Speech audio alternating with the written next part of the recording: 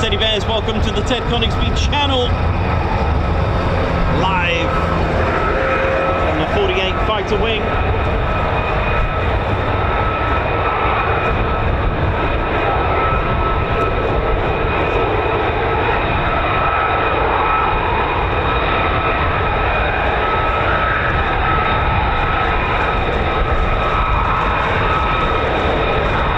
Yeah, a little bit of flappage there.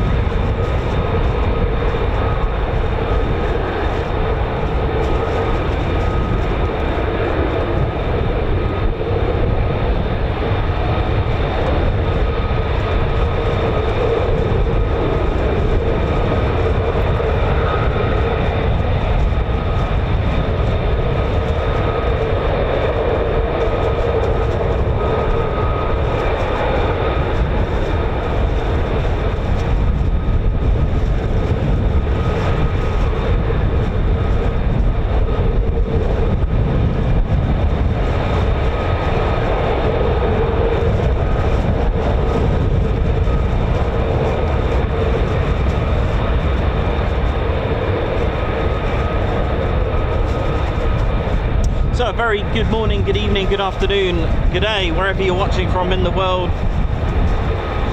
Welcome to the Ted Coningsby channel, live here from the 48 Fighter Wing RAF Lakenheath. How we doing? Hope we're all good.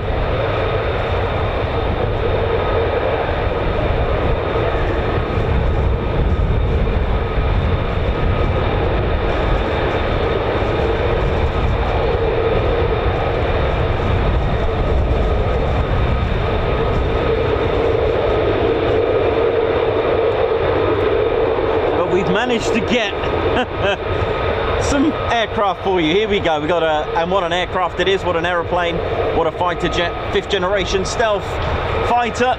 Welcome to RAF Lakenheath, home of the 48 Fighter Wing. A big shout out to all the units and roles that form the 48 Fighter Wing, part of USAF.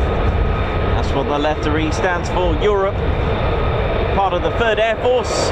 HQ is all the way in Germany at Ramstein Air Base. Part of the 3rd Air Force, one of the original Air Forces. They're also the HQ for the United States Air Forces in Africa. We have 4 fighter squadrons here, combat ready. The 492nd Fighter Squadron, the Mad Hatters, guns up. They fly the F-15E Strike Eagle. Next up, which I think this is who it is, the 493rd Fighter Squadron, the latest squadron to convert to the F-35A in 2022, saying goodbye to their beloved F-15 C and D model Eagles. The Grim Reapers, fear the Reaper, always. Next up, we got the 494 Fighter Squadron, finest, baddest, meanest, always say it in the wrong order, the Panthers bleed red, fly the F-15E Strike Eagle. And last but not least is the 495th Fighter Squadron, who made history for the United States Air Force in Europe, pronounced USAF. They made Lakenheath the first USAF wing to operate the F-35A, which was on the 15th of December 2021. Here we go.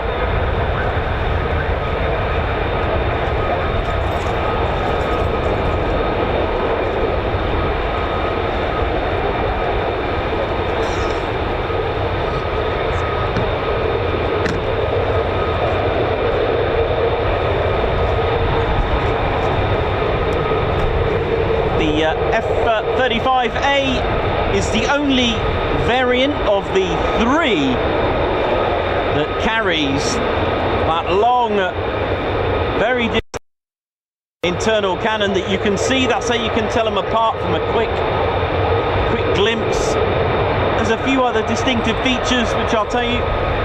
It's got a 25mm GAU 22A cannon. Oh yeah. You can see it there on the slope like a quarter pipe on the port side. Oh yeah. Also, it is and carries the most powerful single jet engine on a fighter jet. 43,000 pounds of thrust with afterburner, making it the most powerful single jet engine in a single jet fighter configuration. 43,000 pounds of thrust with afterburner, a rocket. 5th generation stealth, along with loiter time, max speed of Mach 1.6 on the A variant, with a +9 G and a -3 G. But at least we've got aircraft today. It's been a bit of a long wait, but there we go.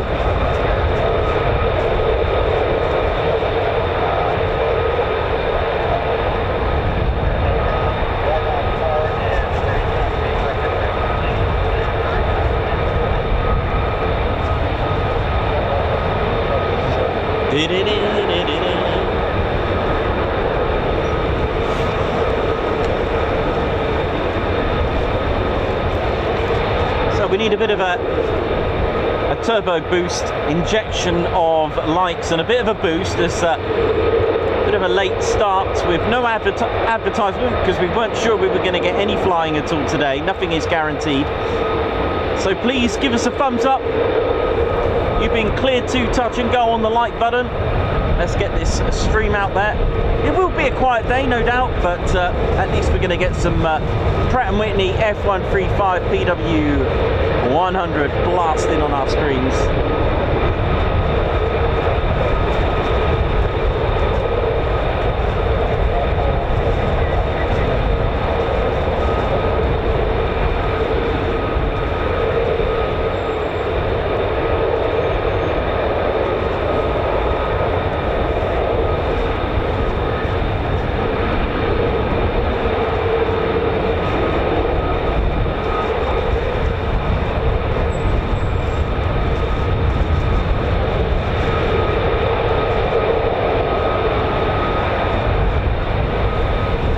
Big shout out to all the units and roles. Too many to mention, don't want to miss anyone out, but today, off the top of my head, the 48th Civilian Engineering Squadron, 48th Medical, 48th Operations Support Squadron, that involves many units, the 48th Operations Group, the Comptroller, LE, OSI, SF, all the law enforcement, RAF Lakenheath Fire Department, communication squadrons, fighter generation squadrons, and also the contractors as well. Of course, all the units in the QA as well.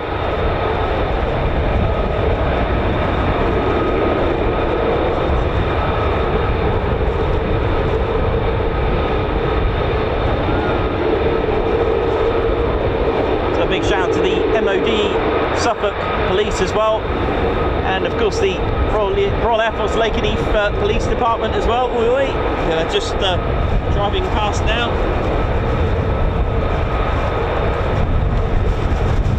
Just giving us a wave, bless them. Yeah.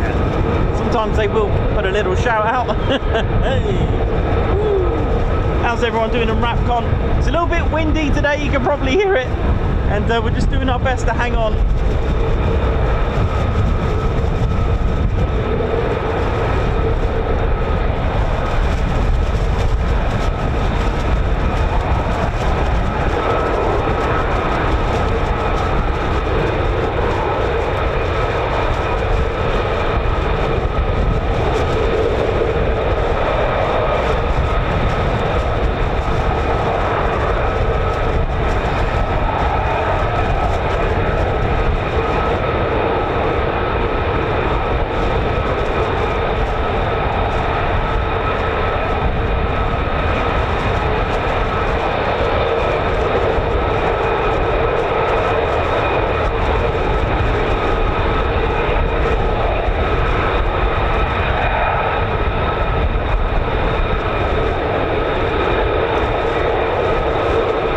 The F-35's taxiing down what we call the catwalk. Meow. Looking good, strutting it. I mean, wouldn't you like to strut it in your £43,000 bus?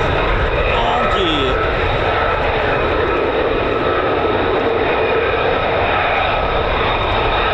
Oh, there's officially millions of them. Here we go.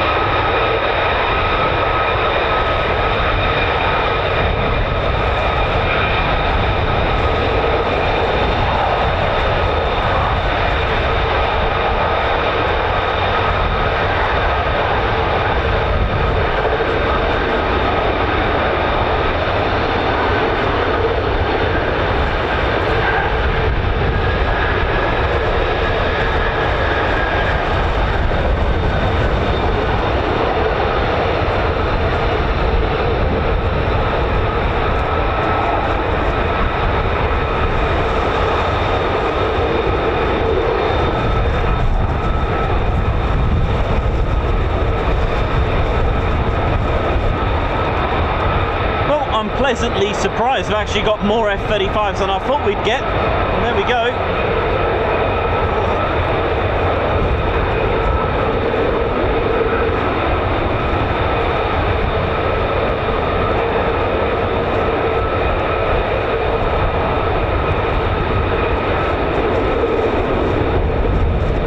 There is the possibility. They are here.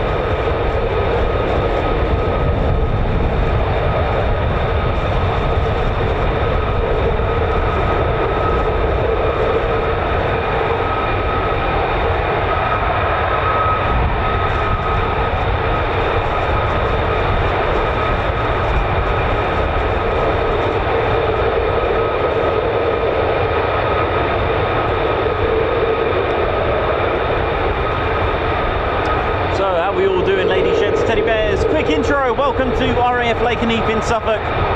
Built as a satellite station to neighbouring RAF Mildenhall, which was built in 1934, with another neighbour in 1936 at RAF Feltwell, slap bang in the middle in 1941. To support Mildenhall was RAF Lakenheath, a Royal Air Force station, starting with Wellingtons with an operational training unit number 20, then 149 with the Wellingtons, and then eventually Stirling Mark 1, followed by 199 Squadron joining 149.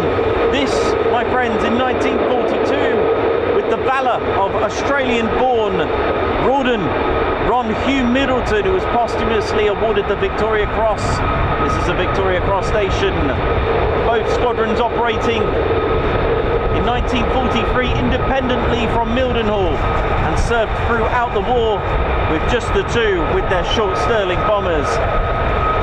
The station closed in 1945 for an 18-month, nearly 2-year project to get the runways upgraded for the B-29s. Oh yeah, selected along with Sculthorpe and Marham to be a very heavy bomber base. Oh yes. But new occupants, because in 1948 we had the United States Air Force arrive with their B-29s, 307th Bomb Group, the 2nd Bombardment Group as well, all here functioning, racking them up with the B-29s, serving throughout the Strategic Air Command as well. B-47s were also in the house with the United States Air Force. 1960 saw the arrival of the 48th. It's about to get Pratt & Whitney. Let's go. Woo, yeah.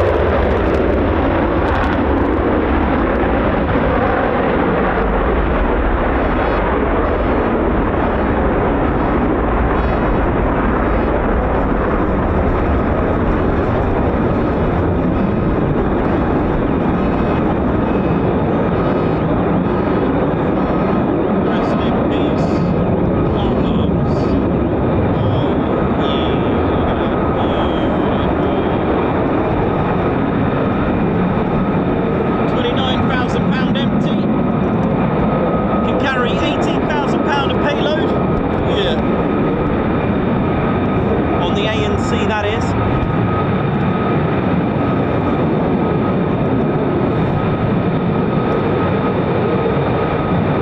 The B just short at £15,000 of payload.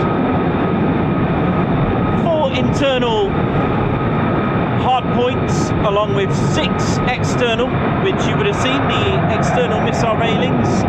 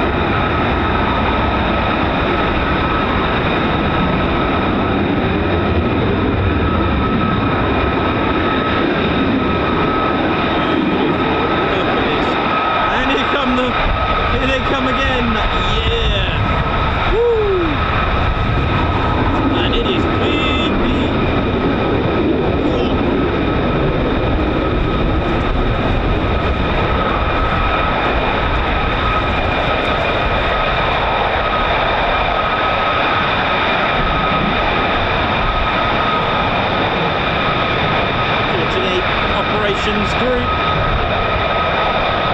and their insignia there, the top right, look at that. Yeah.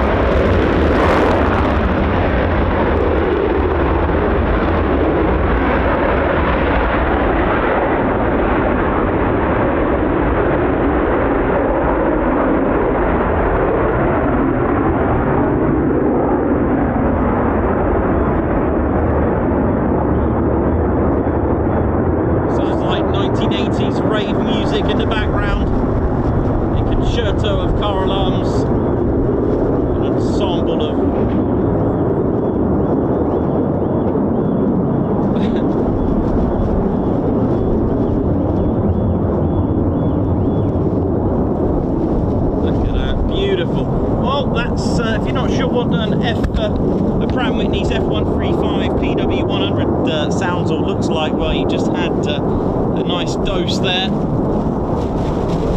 43,000 pounds of thrust with Afterburner, and I noticed as they took off the wind did calm down a little bit. It couldn't take it, nor could the car alarms there. How are we doing? Hope we're all good.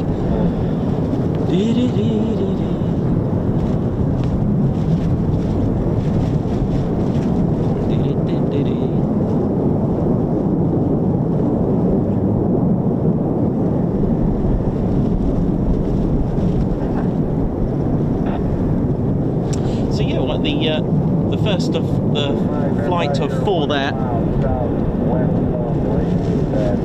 had the nice markings of the 48th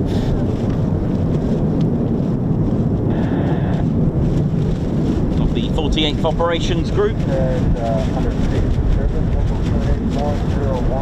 which, although I couldn't zoom in that much, if you looked, it looked like it had a almost like a badge with a sword, with a hand on it holding the sword, and would have had some Latin for vulneratus non victus.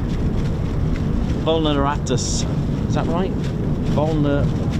Vulneratus non victus, which translated kind of means wounded but not defeated. That's kind of like a translation.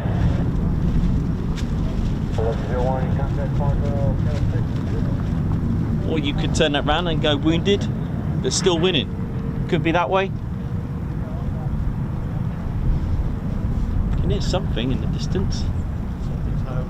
I can hear a howl of a wolf.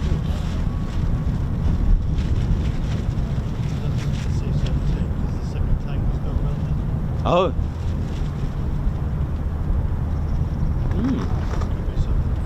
Could be. Yeah, me too, mate.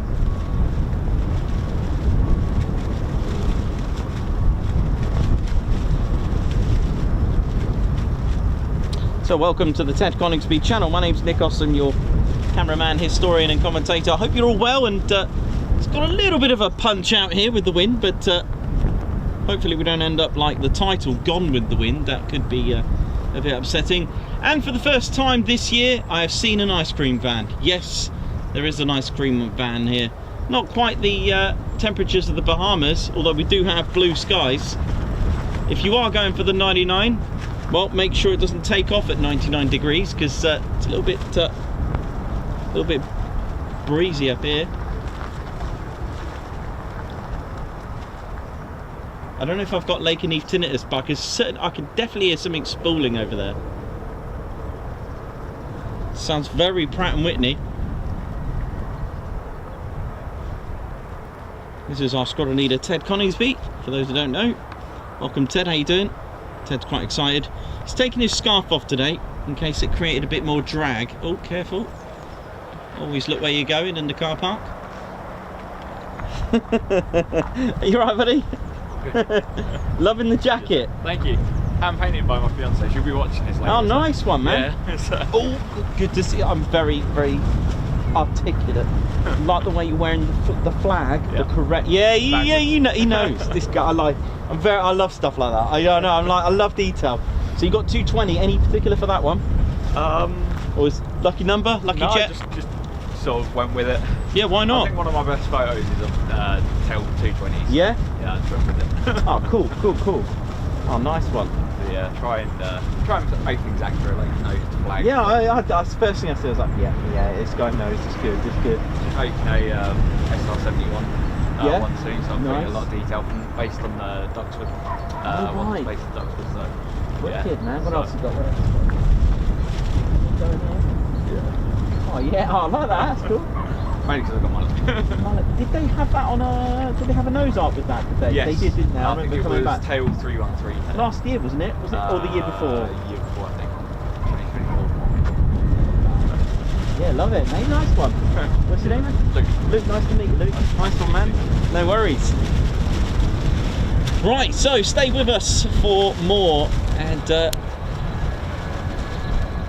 enjoy. Lovely seeing everyone's artwork as well. We had a bowler bike not too long ago. That was cool, and now we've got a really nice Nice jacket there from the gentleman down below, Luke. Oi, oi. Okay, so we've had our first movements, and I'll tell you what, more than what I thought we were going to get, to be honest. I thought 6. I thought around 6, but you know what? Anything extra is always a bonus. You know, when you get the one, all that waiting is gone.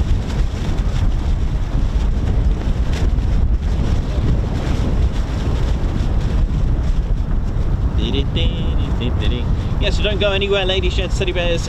We potentially have more. I'm not 100% sure, but I can certainly hear what sounds like the same again, but we never know.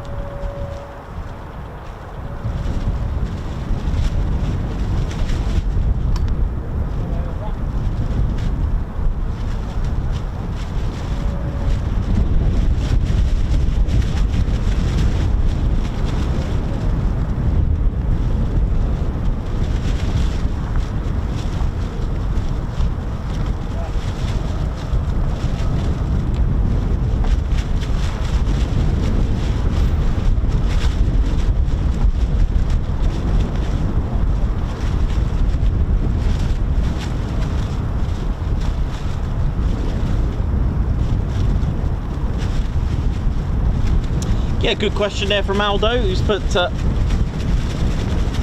woke everyone up. Yeah, thanks Davey, how are you all doing? Denzel Hughes, Alex Blackcat, Muzz, Joe Illott, Christopher Carr. A good question from Aldo, who's basically said that the fact that, you know, with stealth, with them being so loud, doesn't that pose a problem? Well, two things: at 30,000 to 40,000 feet, I don't think you're going to hear much, but the fact is that if you did look up and seen them, then potentially your vicinity wasn't actually the target, because don't forget, they can literally lock onto targets over 100 miles away. So you're definitely not going to hear them from there.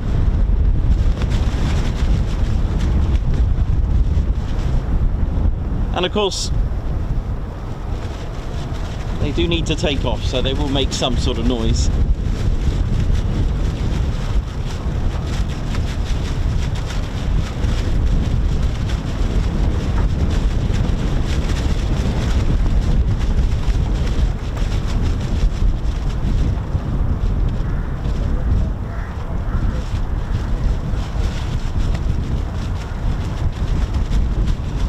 Gary Lockton, how you doing? Oi oi, happy birthday to me and my gorgeous wife Helen. Oh, sharing the same birthday, that's awesome. That's pretty cool. Marco, how you doing? Grifter, oi oi. How you doing? Denzel Hughes, Alex Blackcat, Foxy Killers, Denzel, Ian McAfee, Argan, Blocks, Charlie Bravo, and also a big congratulations to the United States ice hockey team for winning the gold yesterday. A very thrilling match, actually. It was very, very, very tense. Certainly worth a watch, especially for me being neutral. Very good game.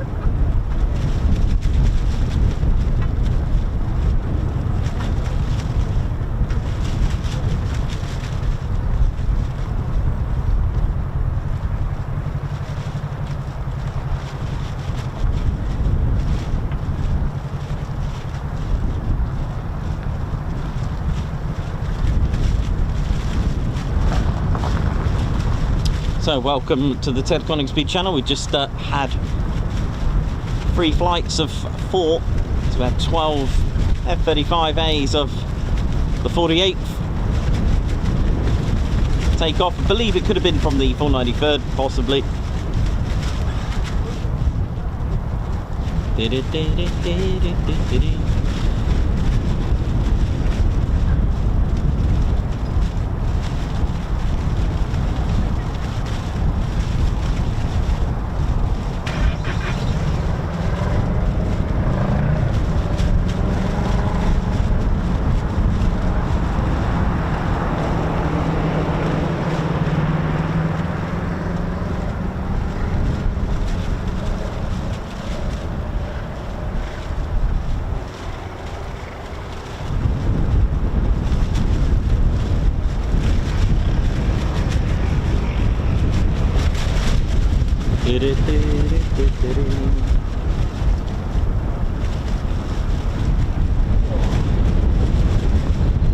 How we doing, ladies? She said it was very, very windy.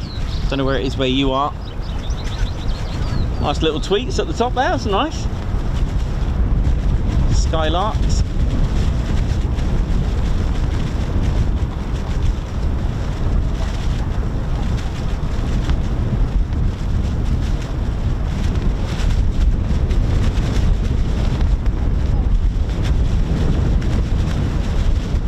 Unfortunately today there won't be many of the Teducation pictures due to the wind being quite punchy.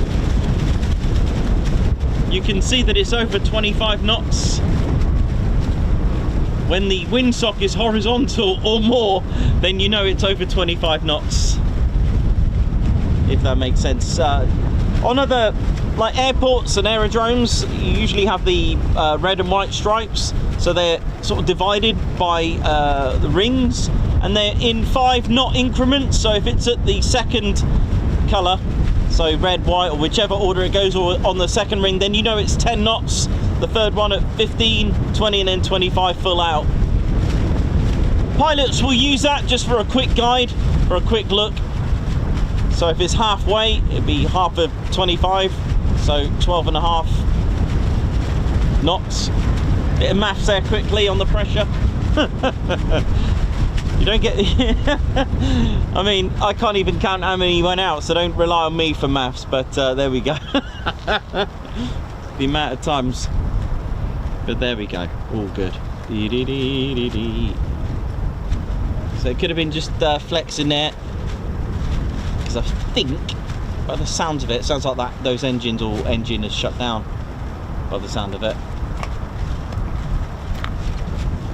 But never mind. We've still got plenty. Oh, actually no, tell a lie. No, I can still hear it. Still going. Bring it. Oh, love that. The wind just dropped. Nice.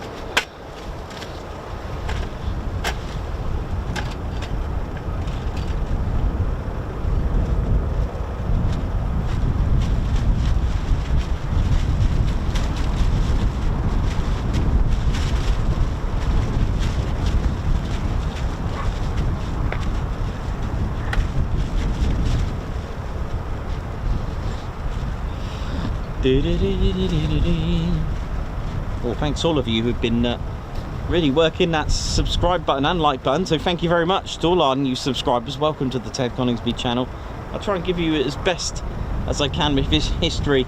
I've got no models up here because they will literally take off, and it'll be uncleared as well, so that's not very good. I'll see if I can get some of the heavier models, so definitely the F-15 and the F-35, and get that, and definitely the P-47, which weighs about as much as a tank.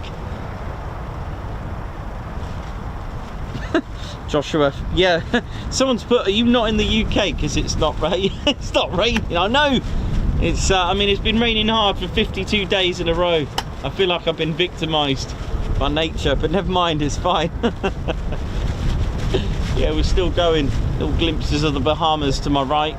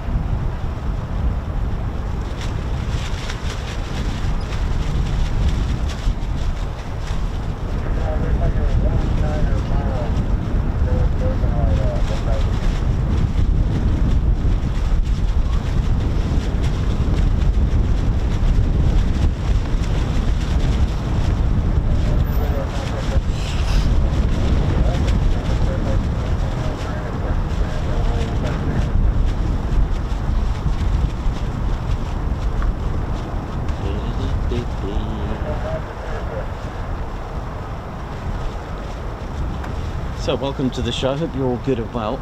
I'm not sure what our day will bring, and that's the beauty of military aviation, you just never know what's going to happen.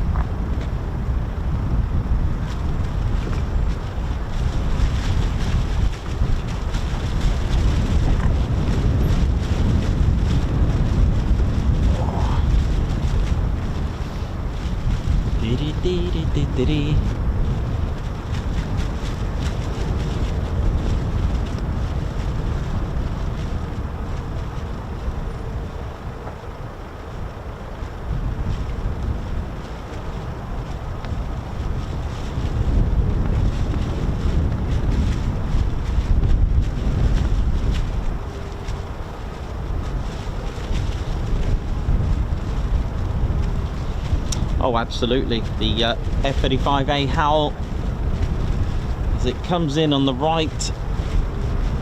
You need to stand in the right place, otherwise, due to physics, you won't be able to really appreciate the sound.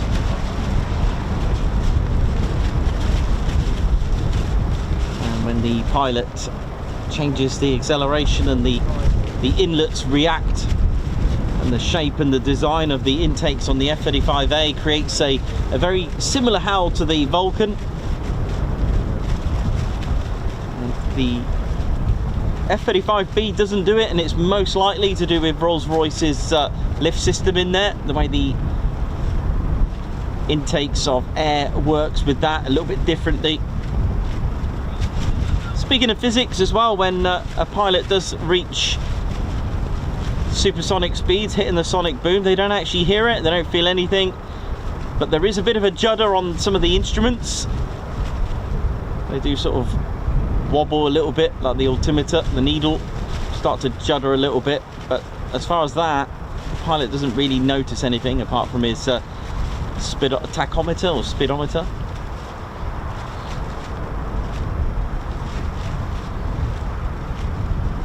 Just in case you didn't know that.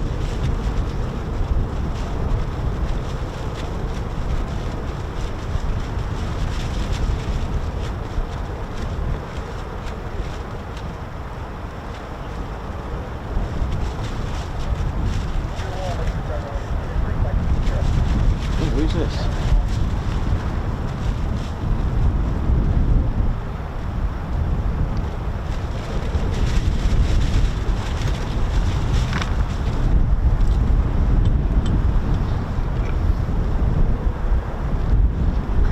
So one of the most Who's this? One of the most legendary aircraft and fighter in its own league. The Republic P-47 Thunderbolt, the 48th, took part in operations from 1944 right up to the end with this beautiful P-47 Thunderbolt, the Jug.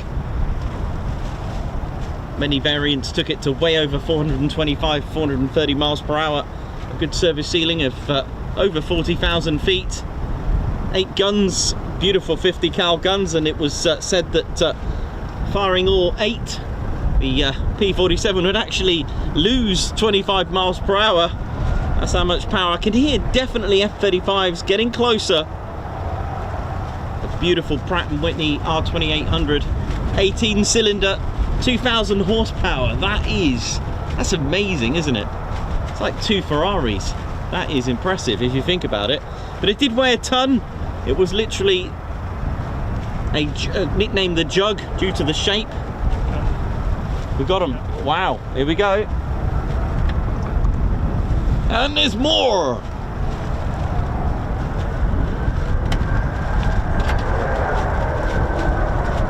It's amazing, isn't it? Leagues apart from the P-47 to this, the next latest and greatest fighter that they have. An amazing decades between them. Engineering masterpiece.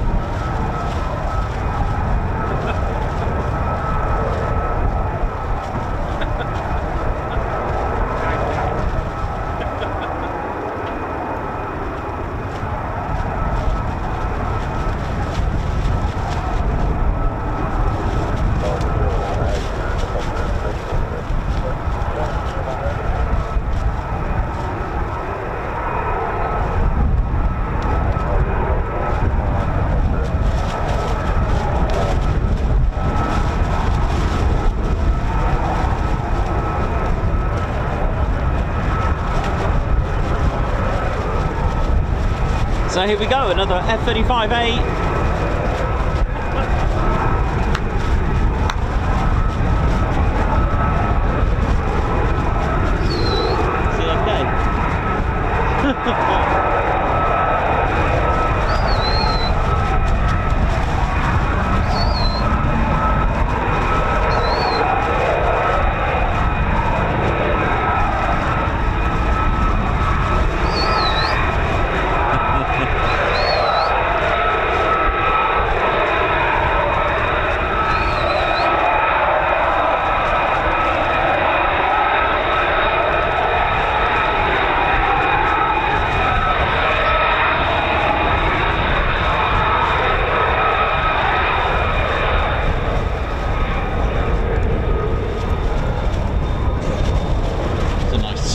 Sharp turn.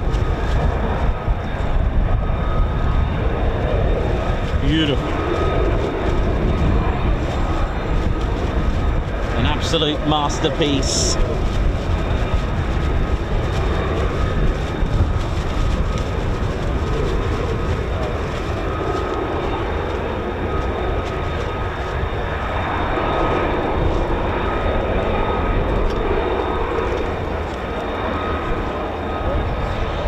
Absolute legendary and feat of engineering. So much about it is done to perfection. From everything learned from the SR-71, which was the first to kind of experiment and apply stealth attributes, followed by the F-117, the likes of the B2 and F-22 alike, although the B2 wouldn't be a fairest example. I need to show you the differences of why things are placed where. But most certainly the introduction and where Lockheed had a patent on the RAM, the radar absorbing material. Amazing material. They're using the iron particles which the SR-71 did use, and the idea is to literally burn away radar waves and frequencies, trying to make an impact and return back to ground stations and then onto air traffic control and enemy radar. The radar absorbing material can stretch frequency absorption from, that's a good word, isn't it? From 0.1 megahertz right up to 60 gigahertz. Not even the S400 can get a lock onto that and disturb it. Right, looks like we've got a singleton here by the look of it.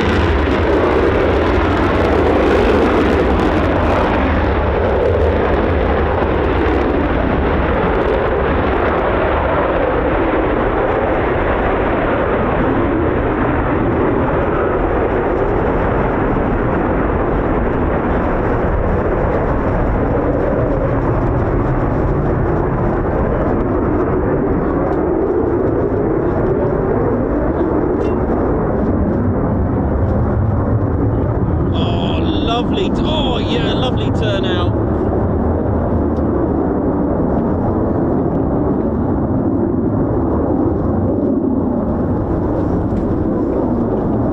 Beautiful.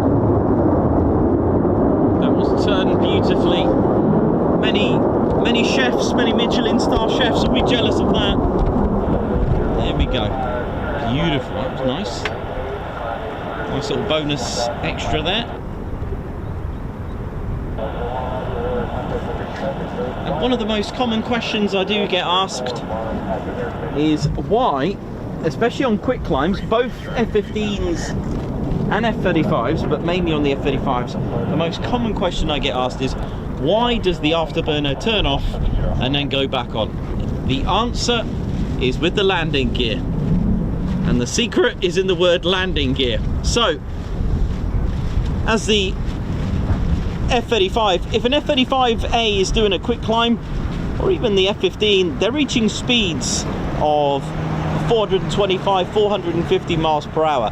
That is not good for landing gear. They're draggy, and that's really not going to help your landing gear. So the idea is to allow and give chance to the poor landing gear to retract. That's all it is. So as it blasts down that runway, the afterburner's on full. You'll see the afterburner turn off, the landing gear goes up, back in, retracts, and then the afterburner goes back on. It's as simple as that. If the pilot didn't do it, it can damage the landing gear, it can get stuck and become also very draggy anyway. But once it gets stuck, then you've got to deal with trying to retract it in flight. So there is that as well. But a good question. Very good question.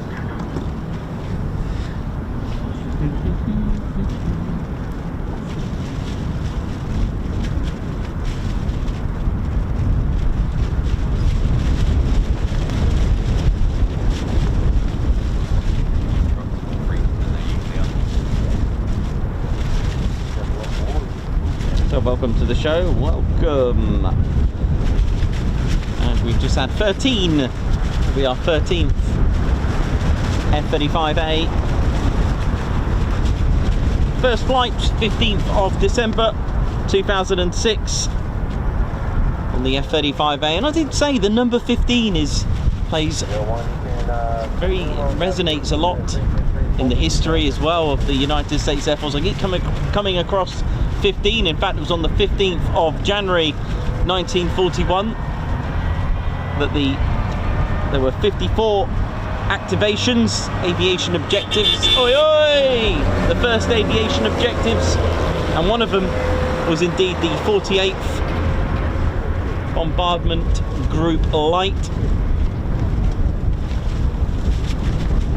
And it was actually on the 15th of January 1960, same years as the Beatles were formed. They arrived here, the 48th, from Chaumont in France.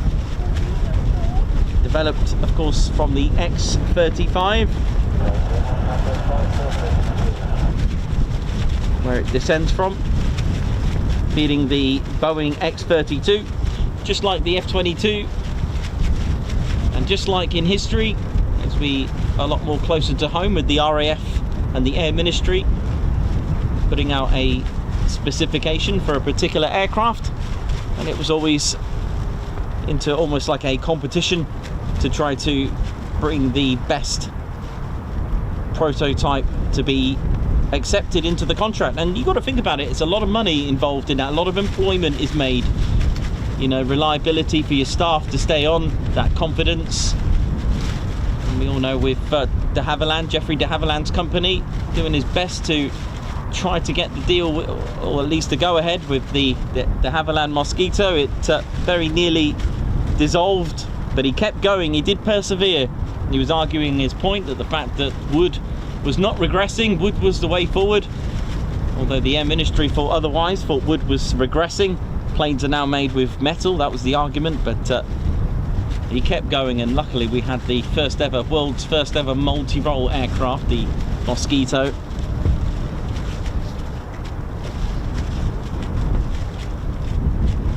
But in this case, Lockheed, Rockwell, McDonnell Douglas, Boeing, all these companies, Grumman, in the past, you know, trying to get the prototype to win.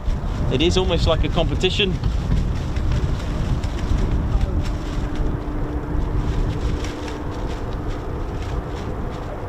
But it's the tornado. It's the sweeper that made that that noise. I thought it was sounding good. It sounded like an APU.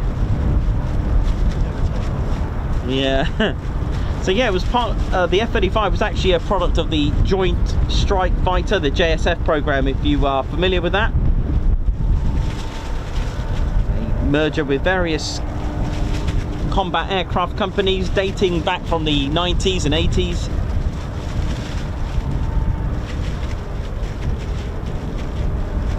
But it was an idea and a program to also chip in from the UK to replace the Harrier as well, the JSF and the DARPA program, the Defence Advanced Research Projects Agency as well, to think about a replacement for the Harrier as well, and they did just that. They involved, and they had something for everybody, including the United States Marine Corps, the US Navy, Royal Navy, the Royal Air Force, and something to become the world's most advanced fighter. And to do that, they split them into 3 different variants by making a Stovall variant, and it was at Lockheed's Skunk Works, who are fundamentally the conductors for research for stealthy supersonic Stovall fighter intended for the United States Air Force and the US Marine Corps as well. So the involvement of Rolls-Royce as well, developing from the Pegasus engine, the lift system, including all the attributes and components such as the lift fan as well, linking up with Pratt & Whitney, all these companies as well. There are parts from Grumman, Northrop. But of course, while legendary aircraft make their legacy, there's always an expiration date. Although keeping them alive, keeping them going, almost like a biohack, is to add upgrades to the aircraft, keeping them going, keeping them flowing, upgrading the avionics, the radars, because at the end of the day, you've got to keep up with the Joneses. As beautiful as the Spitfire was, things transitioned, and a bridge from piston to jet started to appear everywhere. From MiGs to Canberras, of course the Meteor, if we go further back, from the Meteor to the Canberra.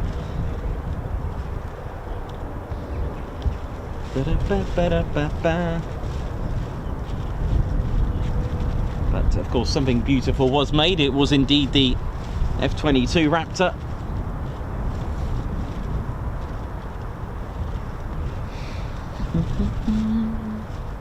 But a lot of thought was put into it to kind of almost replace the F-16, the F-18, the A-10, and even, of course, learning from the most amazing looking, the F-117 Nighthawk as well.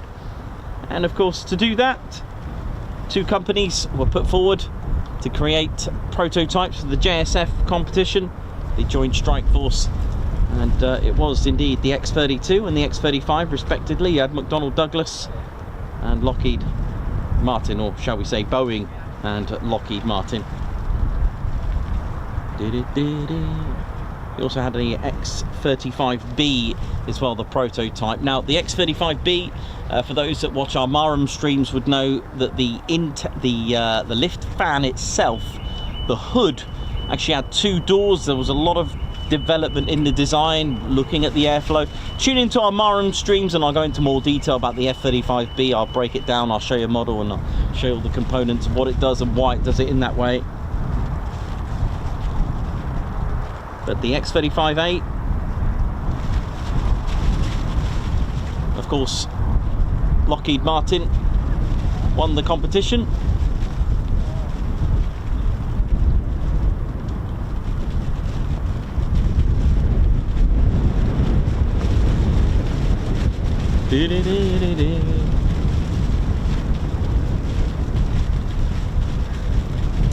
So the almost complete prototype was the F-35A's prototype was actually called the AA-1. Rolled out at Fort Worth, 19th of Feb 2006. First flew again with the magic number 15 of December 2006. Must be a meaning behind the 15th, because it was indeed on the 15th of December 2021 that it arrived here. There must be something going on there with that. I do like that.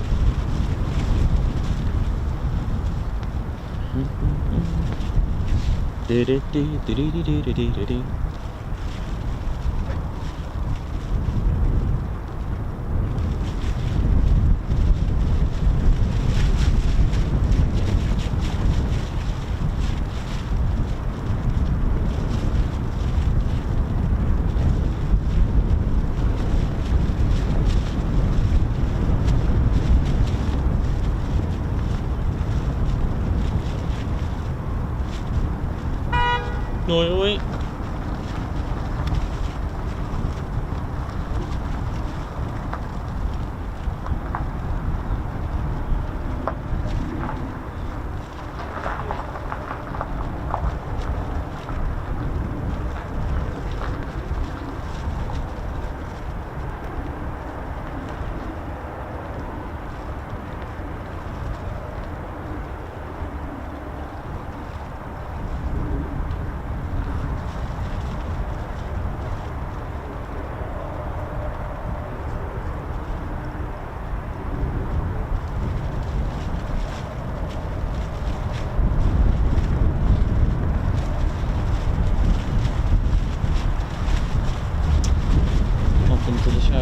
We're all good and well.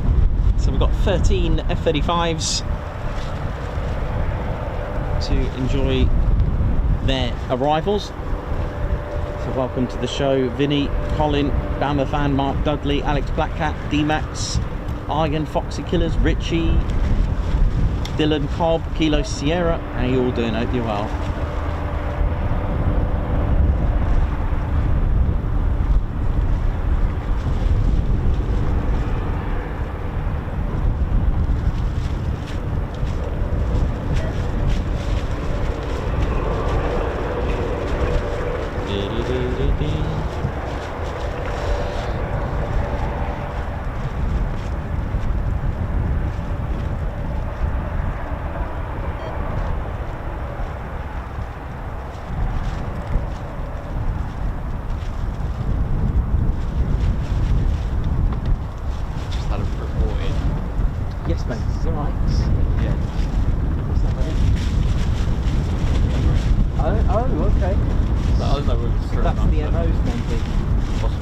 could be. Oh, cool. Hopefully. I can't do it. No. The utility trucks that come past massive utility, they sound a bit like engines. Yeah. Like, I felt like yesterday when I was here. Well, that sounds good as well. Amazing how sound. Yeah, it's amazing how sound works. Even a tractor can sound all right, you know. Exactly. You know, it sounds appealing.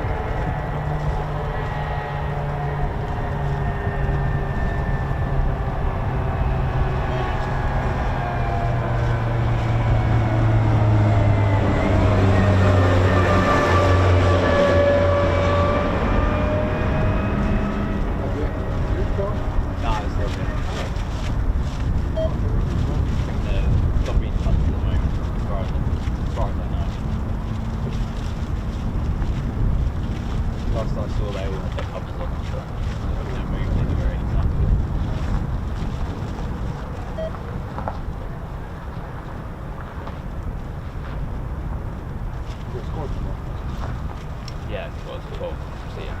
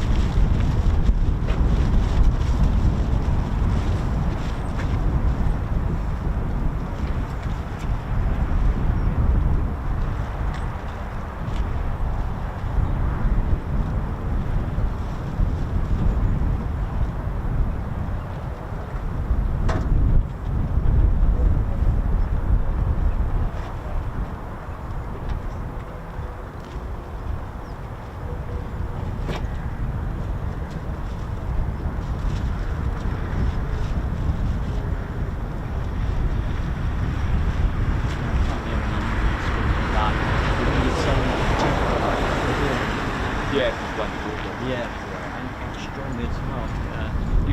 Like 90% of the stuff that's getting posted on there at the moment, it's just like, okay. Yeah, just go with it. I'll believe it.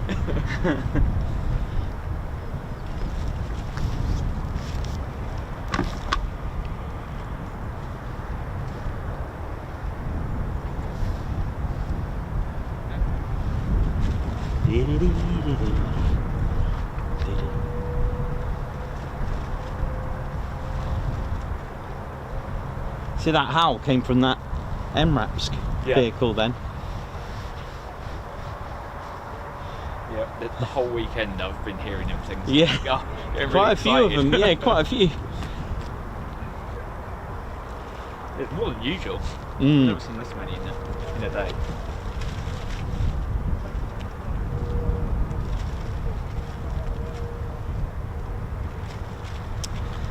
And of course, don't forget, ladies, gents, teddy bears, we are at a United States Air Force, and the United States Air Force do not operate the F-35B. Just as a quick guide. Although that's not to say you may get visiting aircraft, but for a quick guide.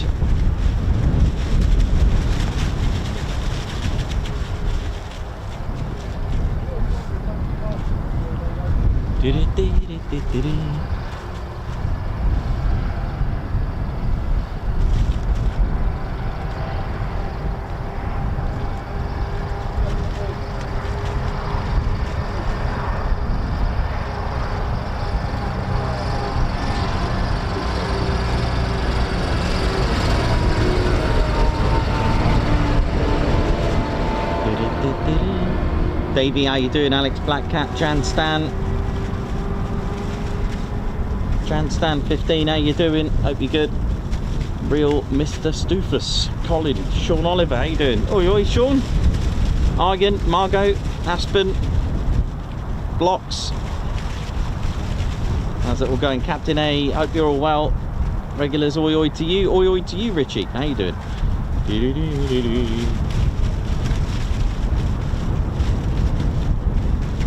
Vinny, how you doing? Good to see you, man.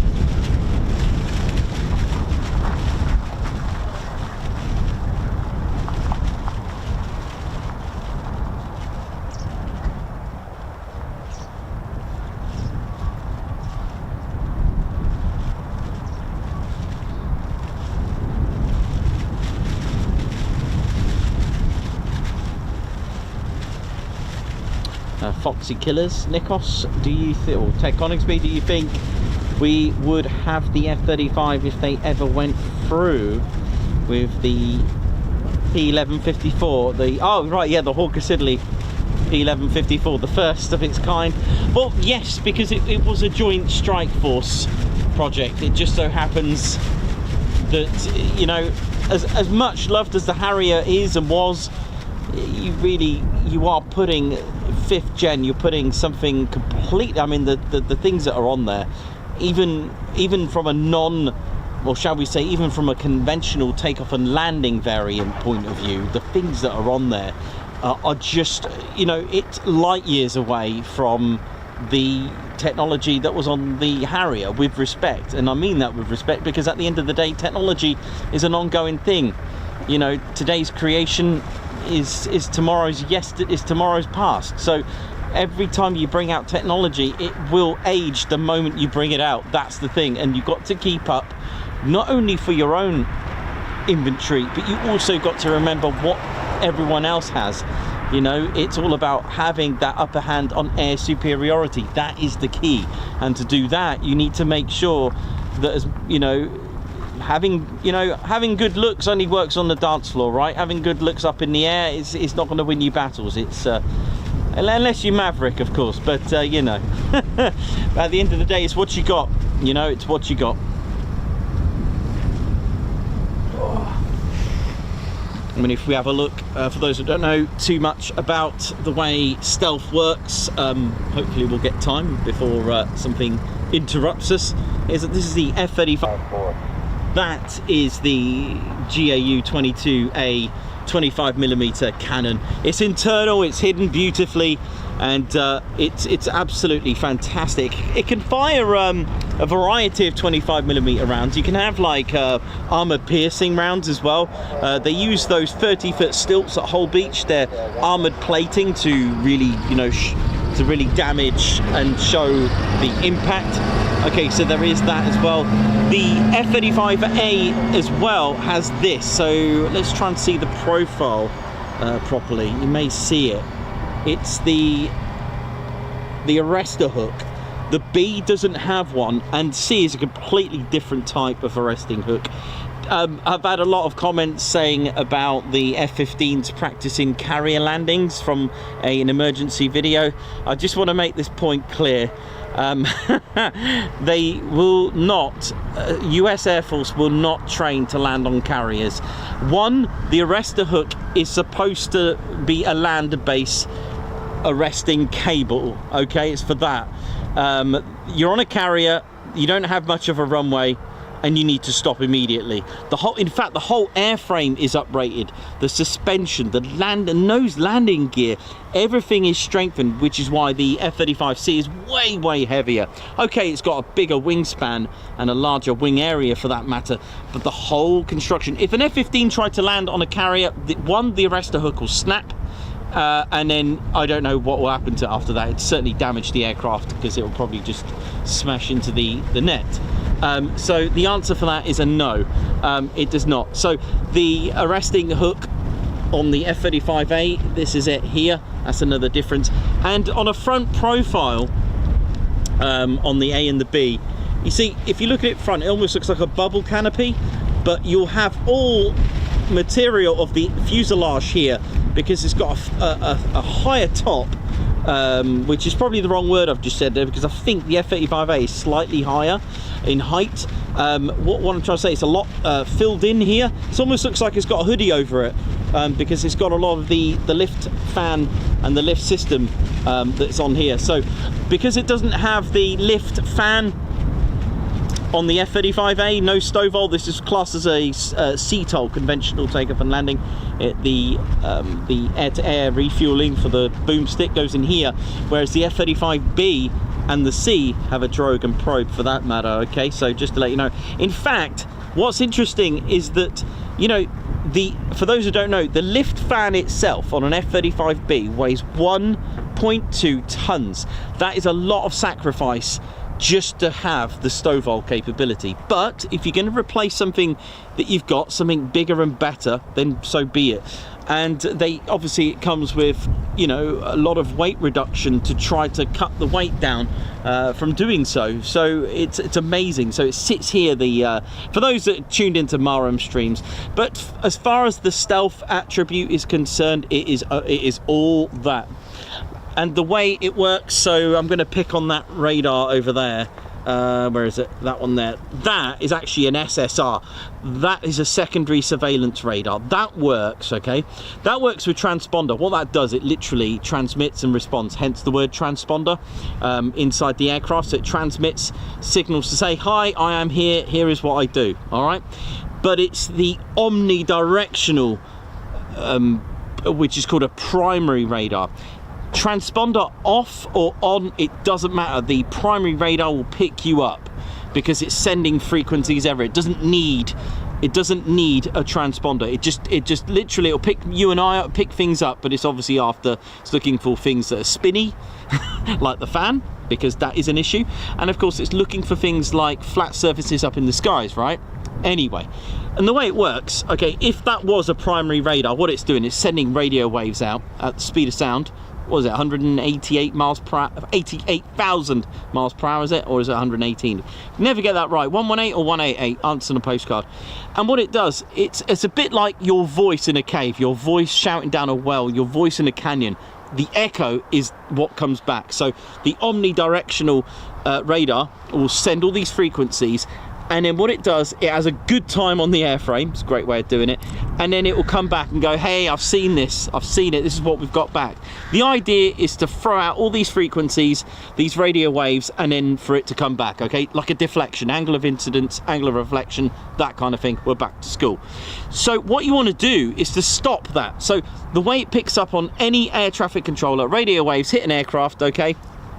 And it returns back to the ground stations and then to ATC, and it should look like an aircraft. But how do you stop that? Well, for one, really quickly, try to paint it with radar absorbing materials, which it is, which I'm going to go into more detail in just a moment. Metal. This airframe, I think, has got a very minute amount of metal on it. Very minute metal on it, okay? You want to also hide spinny thingies. I know it's a word I love using, I don't care, it's not the right word, but hey, anything spinny, right? Which, aka the fan, the turbo fan. If you get radio waves inside those inlets and find their way to the compressor blade, the first stage of your fan, you're going to be in trouble if it comes back. So when that goes in and it comes out, oh dear, which is why it's recommended not to have your intakes at the bottom, but there is a way around that. The best way you can do that, look at the B2, it's got its inlets at the top. Now, you're never going to get radio waves go into the intakes from the inlets being at the top. So you may ask, well, why don't they put that on the F-35A? The answer is this: the B2 is a bomber. It's not made to do barrel rolls, aileron rolls, fighter maneuvers, which the nice inlets on the top now are on the bottom. Complete waste of time. So the idea is to have them on the side. That is your best way to do it. Okay, I hope that makes a little bit more sense. So that's brilliant, number one. Number two, in fact, speaking of F-22s, and speaking of Typhoons, they've got what's called an S-duct system, where the intakes are shaped like a letter S. Now the inlets, the point of a letter S is that the radio waves, if they do end up in there, they won't be able to find or even see the heat from the compressor blades. They can't work their way. But if you look at the intakes here, That single engine is just here. So again, it's almost like a snake or serpent. I think it's like a serpentine S-duct system as well. That's classed as that. So they have it as well. And so it's got the inlets on the side, which is brilliant, absolutely brilliant. The other thing as well, you probably think the nose is quite good because it's round, but on the F-35A and any other stealth fighter, it's not. It's actually got a ridge. The nose on stealth fighters, that is, it's actually not perfectly round. You get it at a nice, I know, big word for a big afternoon. If you get it at a tangible angle, I know, it will turn round and return that radio wave back to sender. So let's have a little look what else we got. So flat surfaces is a complete no. If you're fortunate enough to have a closer look at an F-35A, have a look at the material. It looks odd, and then you'll start to see serrations everywhere. Look at them all. I don't know if can you see all those serrations? I'm not talking about the ones that are slightly different grey. Let me turn that over there a little bit. Let's have a little look here. Look at that. Yeah, there, that's better. Look at this. Let's have a look at the landing gear. Hello. Look at all these serrations everywhere. And why is it raining? It's actually raining. Even on the nozzle, serrations. Why? Because if you send radio frequencies on a flat surfaces, it will come back. Whereas the zigzags and serrations, it will just send that everywhere. The next thing, before I go into radar absorbing material, is we have radar absorbing tape. Now, the way radio waves will work, it likes continuity and consistency. What I'm saying is that the radio waves will hit the surface, okay, but the thing is, you start changing the material, it weakens the radio wave, it weakens it, but whatever the radar absorbing material doesn't burn off, the radar absorbing material will, so it will actually just destroy it in that way. So it's really, really clever. And like I said, the radar absorbing material, I believe first tested on the SR-71, and they really went all out with those iron particles in the paint. So it's actually in the paintwork itself, like a coating, and the way it does it to burn it off. So there we go. And there's a few other things as well. Now I'm going to show you the F-35B for a minute. I'm going to show you that just for a sec, because it's a lot better on my F-35B model.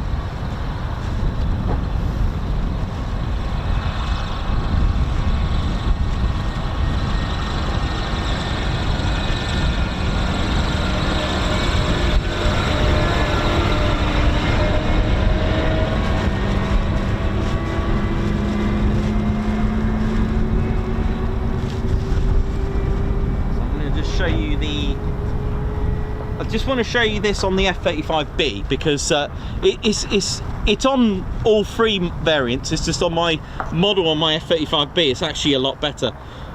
You may have noticed this on the bottom. Hang on, I might need to do a bit of manual focusing here. This is the EOTS, Electro-Optical Targeting System.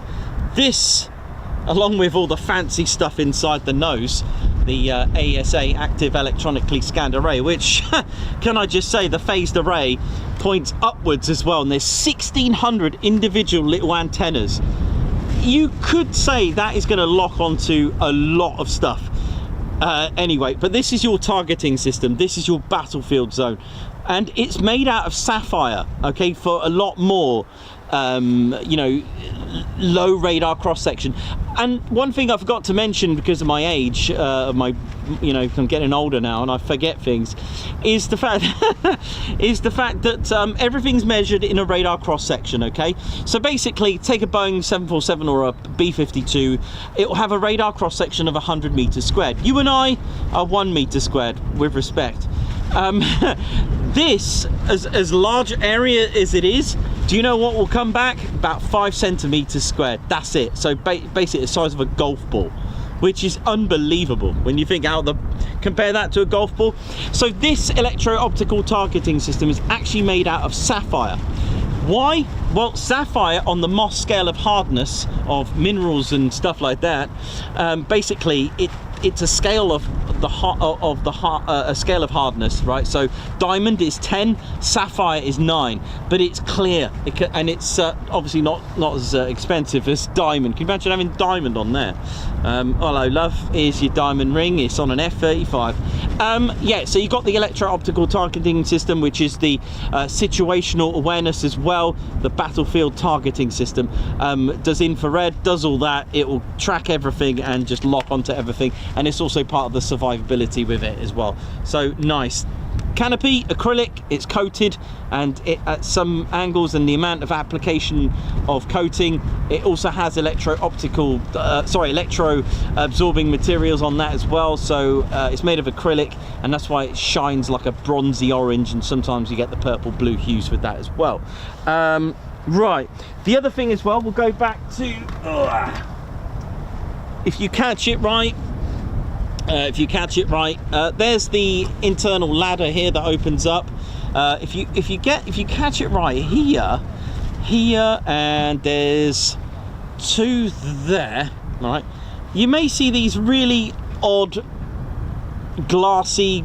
It depends if you catch it. Sometimes they look like mirrors, but they're actually. And there's one up here somewhere. That is the DAS system, the distributed aperture system. It is amazing. It is absolutely amazing. Now, I don't want you to confuse that. I don't want you to confuse it with the defensive aid subsystem, because they're both pronounced DAS. And what that is, I'm going to show you now. I've got a little model. If I can show you, I'm going to try my best in this absolutely ridiculous weather. What we're having right now. We just had a bit of rain. Those are not mirrors, they're not, but they're actually kind of like best. Here we go, I'll show you that. Here they are. So one over there, had 2 over here. I think there was 2 this side and 1 at the back somewhere, which I can never find. That is the DAS system, and what that does, what it is the ANAAQ37, which are 6 distributed aperture system cameras. They are IR sensors, infrared sensors for day or night. It is, again, another situational awareness. Amazing, isn't it? So what it does, it causes a 360 protection and detection, and it does continuous tracking. It can lock onto and find your SAMs, your surface to air missiles. It's already seen enemy aircraft. Basically, the F-35 has the choice to engage, but it does this without detection. It's too late. There is a misconception that stealth means invisible. It doesn't. It means the delayed time to get the job done before it's too late for the enemy, basically, when giving them no opportunity. And it also has signal jamming, so it will get the job done. It will break locks if it gets to that stage. Little bit of geeky comment, geeky facts. You got 40,000 fasteners, so they don't have rivets. They've got fasteners, which are absolutely smooth rivets, shall we call them, in a way. But they're called fasteners on the F-35, and there's about 40,000 of them. The reason why I've got this little green thing going on here is because it fuses with other F-35s, so it makes the bubble even bigger. And then when you've got the DAS system that locks onto everything, then you use your electro-optical targeting system over here to take stuff down. See ya. You know how it is. It doesn't need to go twice the speed of sound. It doesn't require it. It doesn't need thrust vectoring. These are things you've got to understand about the modern aerial combat. Mach 1.6 is plenty. The B2 isn't supersonic, doesn't have afterburner. The F-117, same scenario. The Harrier, for those that demand the Harrier back, that wasn't supersonic either. Got the job done. It could hover, it can do it, and it's available in 3 different variants at your local supermarket. Lockheed Martin. See ya. What else we got here now? Oh yeah, without the wind blowing it there. So flat surfaces, non-flat surfaces is when we were talking about serrations there we go. So if you had flat surfaces, radar waves, radio waves, hello, I'm coming back. When you got all those serrations, bit of a problem. Same again over here, this is the nose scenario. The other thing I didn't speak about is having a stabilizer and having an elevator. So this is off an F-16. A bit of a problem here. At 90 degrees, you want to avoid anything that can create 90 degrees, and so on. So there's so much amazing, you know, thought in the design process on the F-35. It is absolutely stunning.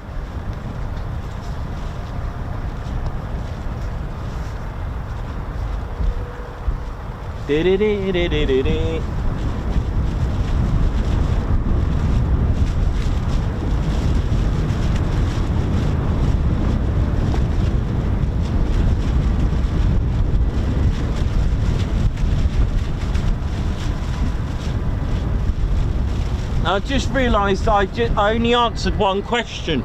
It took me 25 minutes to answer one question. Do you see what I mean?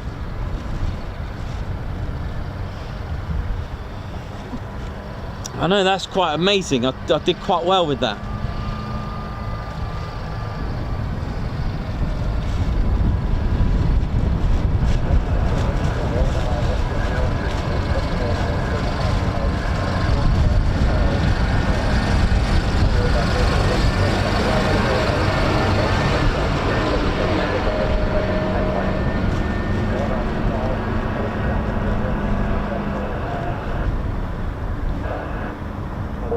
Copy your quick direct ASRAM, give us anything level 60, expect that left first.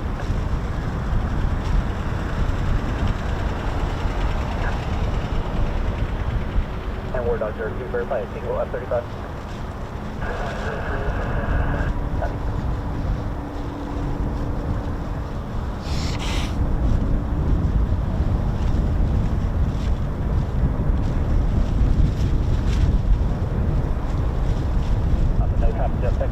That one's been towed before.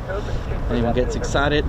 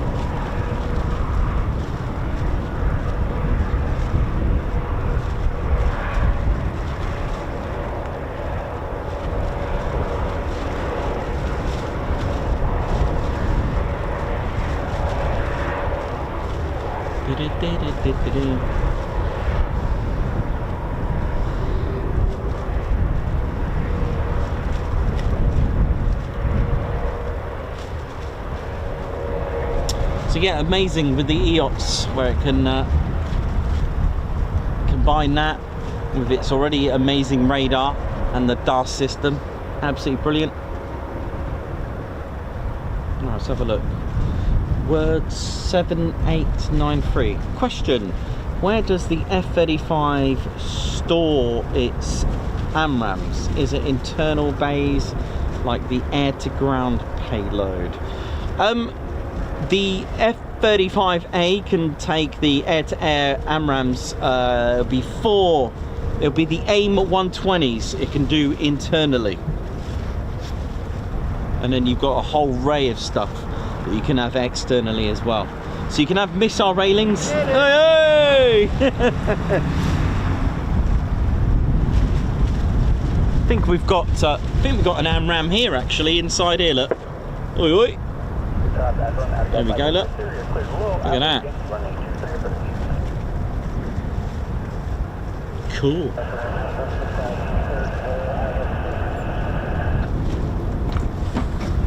I think we got something in, haven't we? Here he is, oi oi. You alright, man? Yeah, mate, you alright? Yeah, man. I think we've got some more coming out. Coming out? Yeah, because I've got my mates down the other end. Okay. So we can see quite a few things coming out, so I expect to see some more. Oh look, talking of which, there you go. That's been towed. Oh, is it being towed? Yeah, there's nothing down there. Yeah, that's been towed, and there's nothing, no comms on the other side. Oh. There'll probably be some F-15s then that come out though, won't it, I would have thought. Okay, I haven't heard anything with that. Yeah, no. No. But there is aircraft coming in. Okay, cool. How you been keeping it? Yeah, good man. Yeah, still going. Still alive. Still going. Yeah, I went home last night. The tank, sorry, I didn't. Oh, yeah, okay, no worries. That's fine. We can hear them quite well up here because of the wind blowing quite strong, so. Yeah, I ended up going home last night. So yeah. It's had enough. It's had enough. Yeah, it's a nightmare, isn't it? Yeah, there's no... Nightmare, but hey, never mind. It's always a waiting game, the beauties of it, eh? Yeah.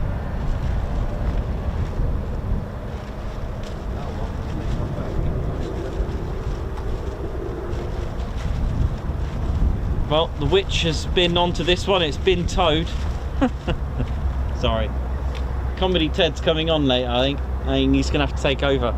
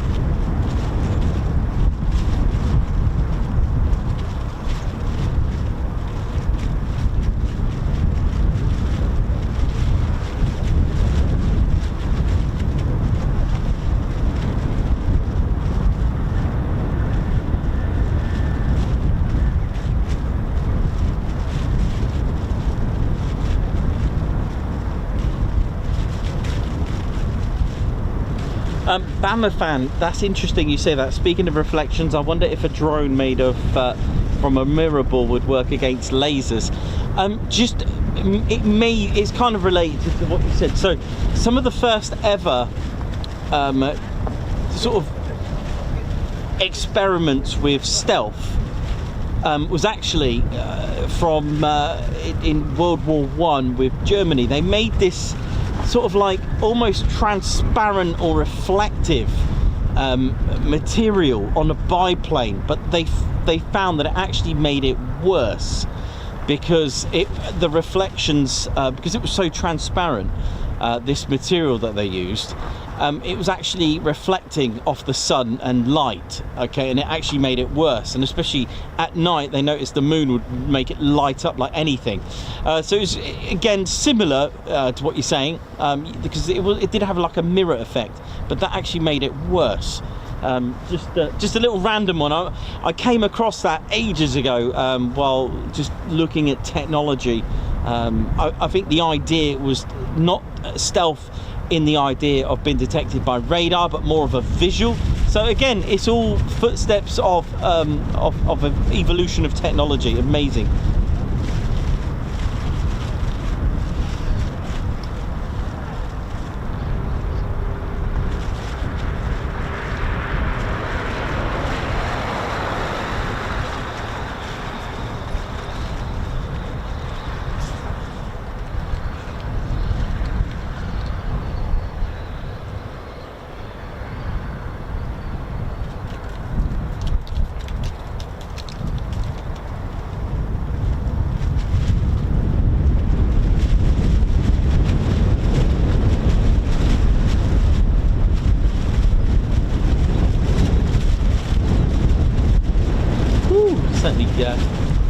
blowing a gale up here.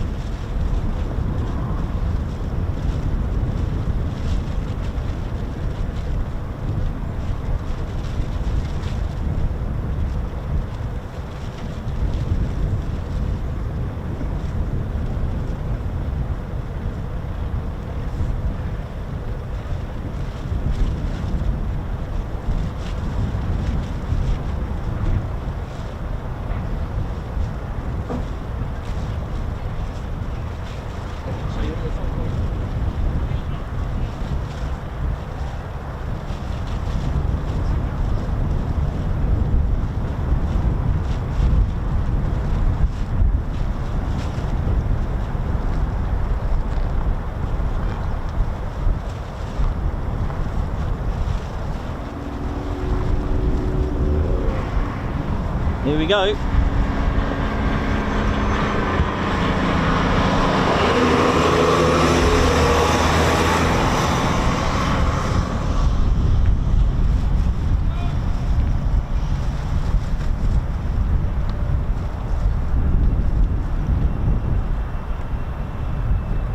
Using the ILS.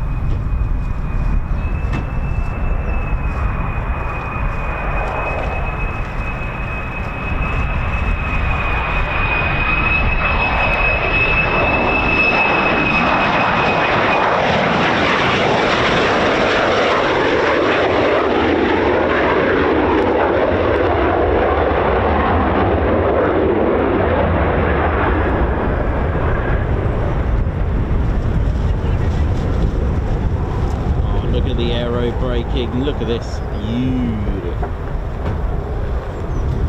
Nose down, beautiful, nice.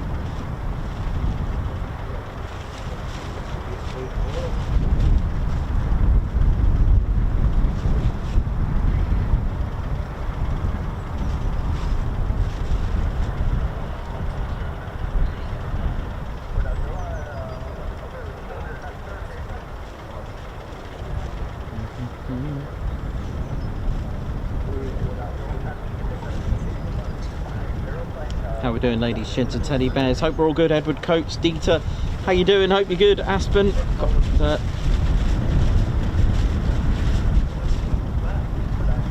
Dieter, F-35, F-22, F-16. They have those coloured glass canopies. On which aircraft was the first time and which period? Ooh, I'm pretty sure it's the General Dynamics F-16 fighting Falcon. I think, right? I know it's the first to have incorporated fly-by-wire or flight control system, but it was the first to feature gold-tinted. I think it was like polycarbonate of some composite acrylic, maybe. But I'm pretty sure it's the F-16 that had that first. Pretty sure it was an innovation one-piece seamless bubble canopy, like a 360. The whole idea for that is to have a 360-degree unobstructed visibility.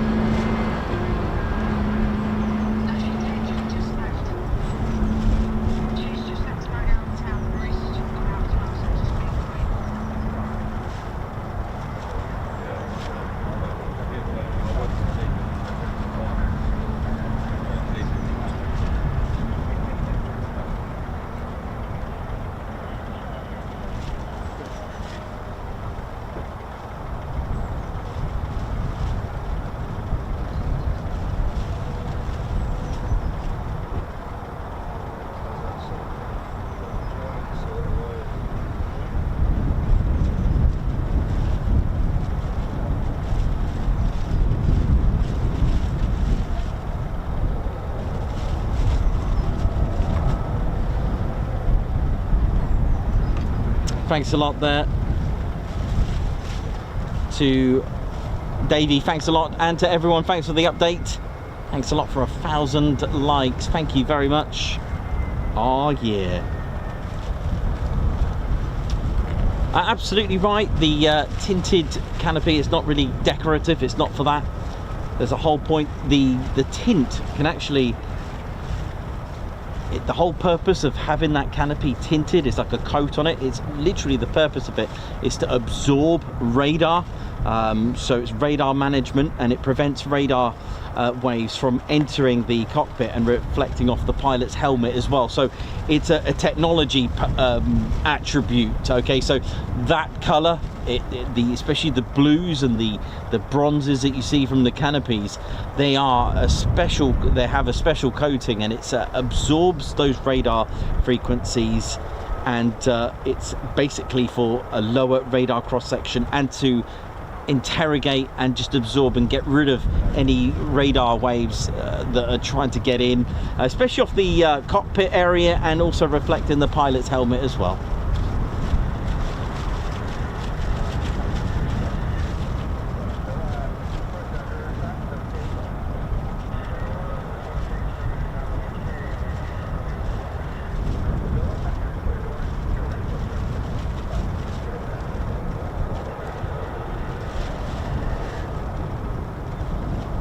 Flying Duke, thank you very much. I'll do my best.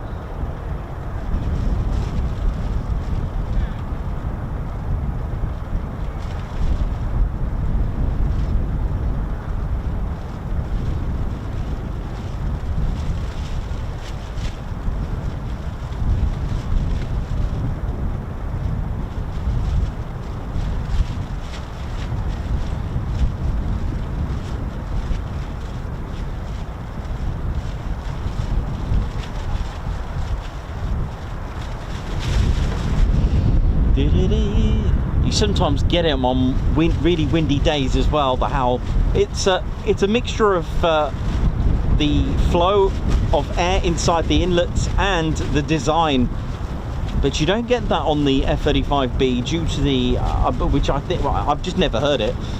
Can't verify the C because I've never seen the CV variant, but the B, I'm thinking it's to do with the Rolls-Royce lift system in there.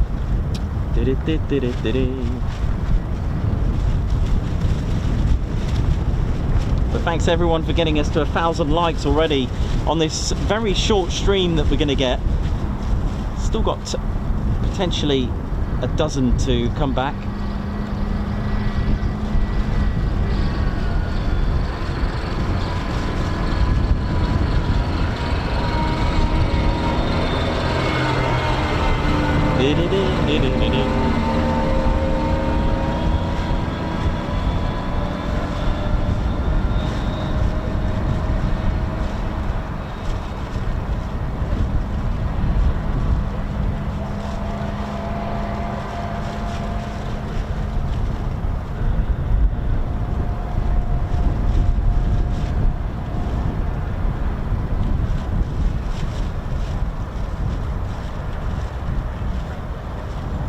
He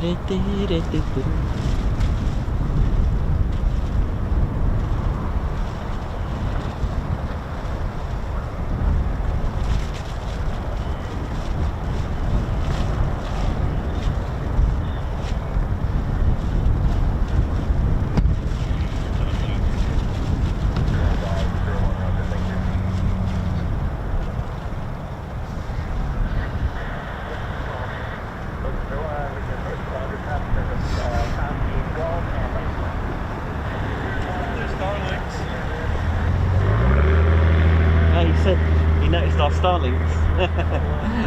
Oh yeah. How is the... Is that Gen 3? Is that Gen 3? Or... Yeah. How is it? Is it good? Yeah, because one day I'll probably end up... Ooh.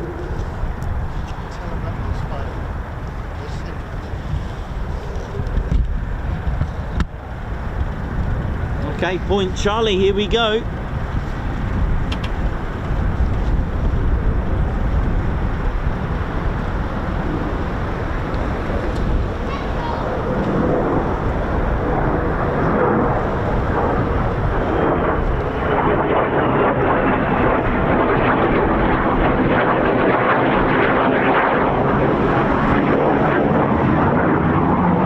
Lovely, look at this, into downwind.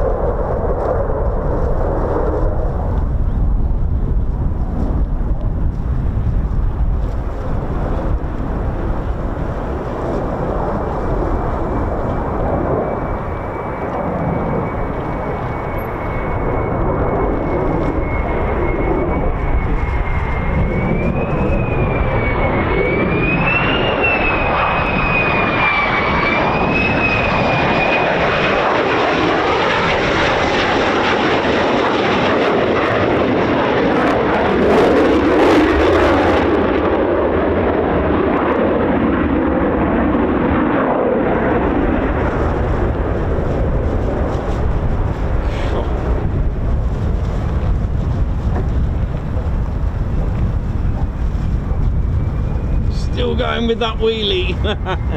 Still going with the aero braking. Here we go, there's more.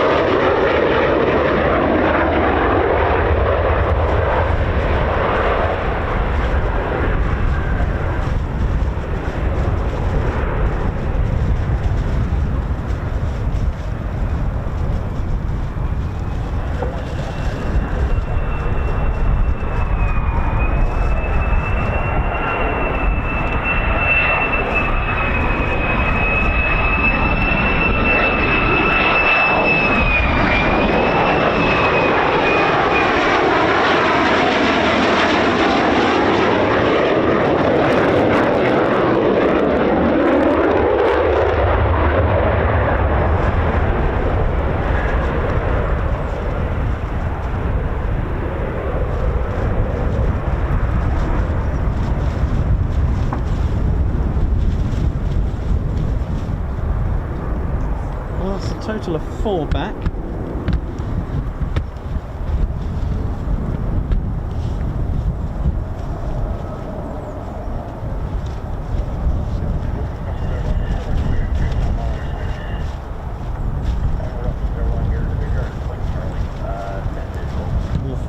More from Point Charlie.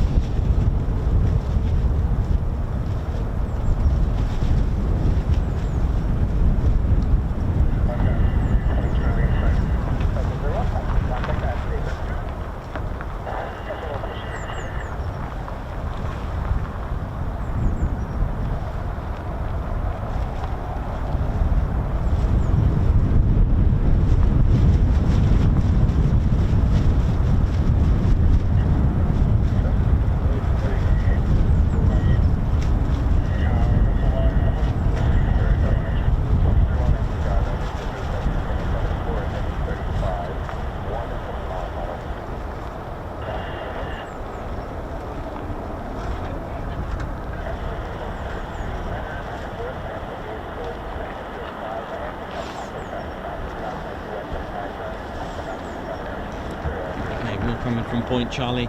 Suddenly got a bit dark. Let's brighten things up a bit. As it looks like there's some sort of eclipse. There we go.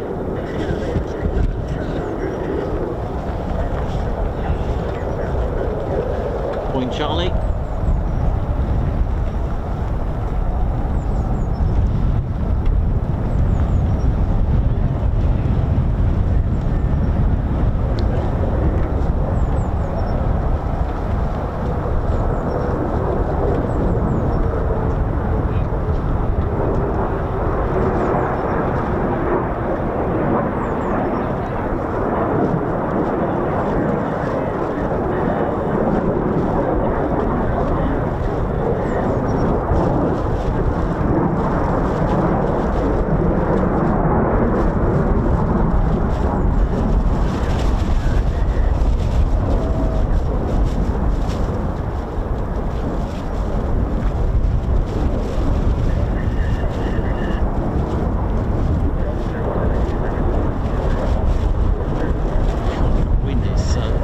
To my right, just try and get my balance here a little bit better. There we go.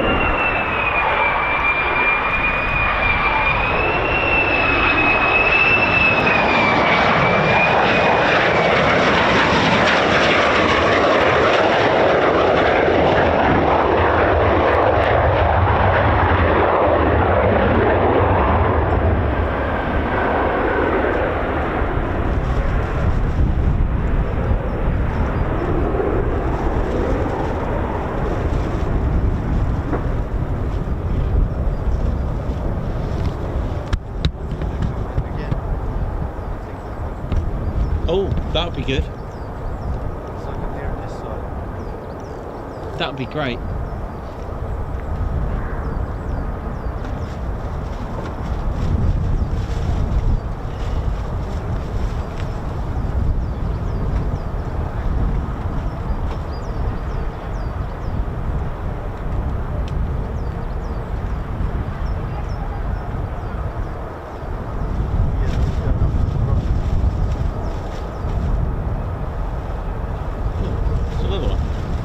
I didn't know there was another one.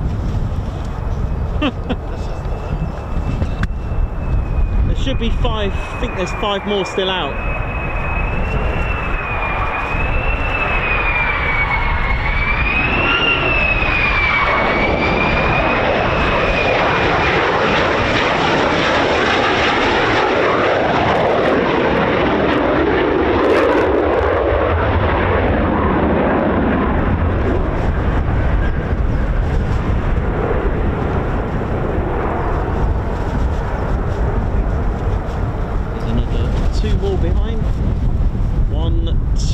yeah, so they're using the ILS 3. Is that 3 or 2?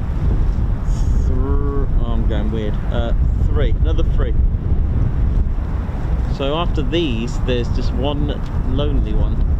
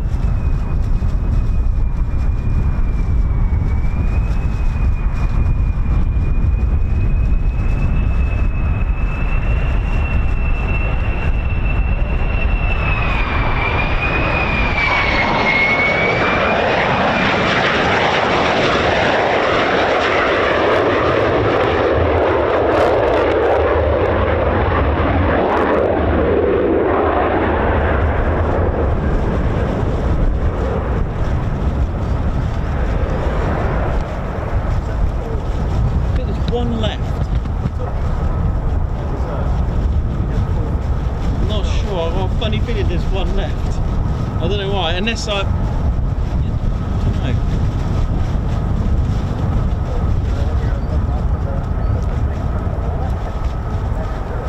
We had 13 in total, didn't we? I know one came in on its own, the first one.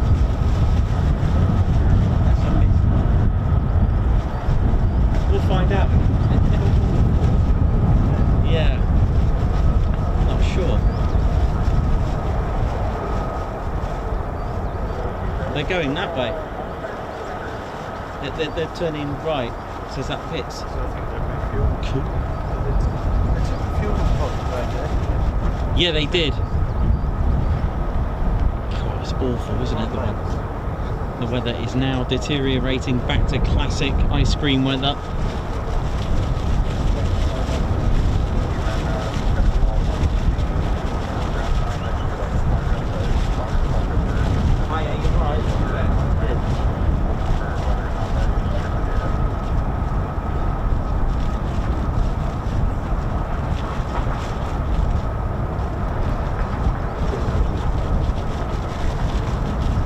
You okay? Yeah, I've just been noting. Okay. Always watching your Thanks, thank you.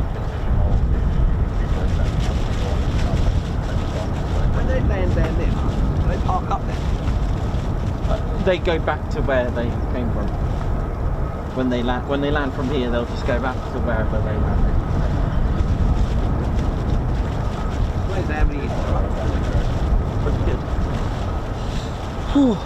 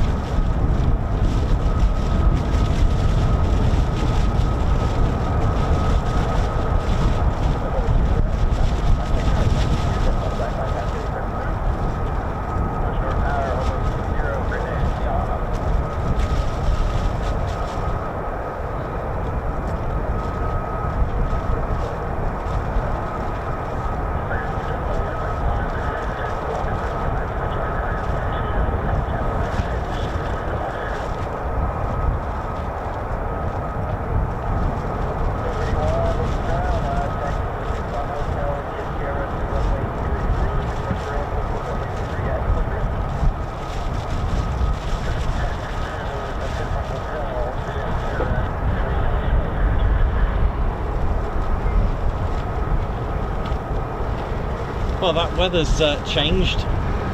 It's a little bit iffy. And if it was going to be something, yeah, I need to just have a look at the weather, see if I need to evacuate.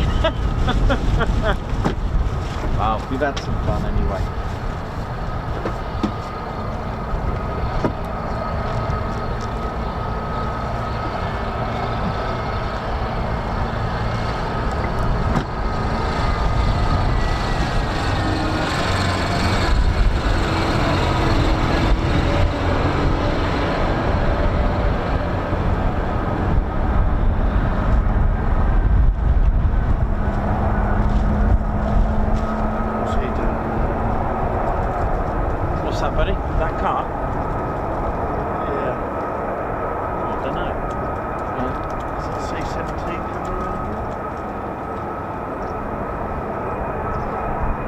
There's more coming down here.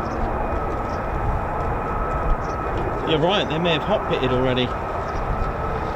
Let me see if it turns left, well, our left, or comes straight down.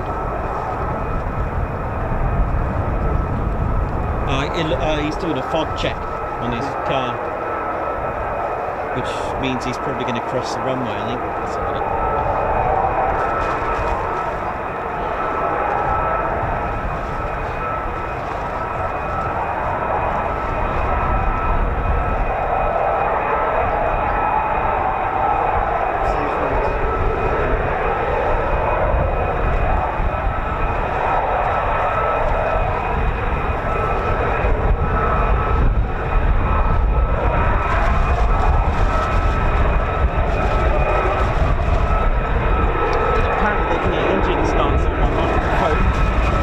Picks up stuff and we probably can't hear all the rest of the stuff, so.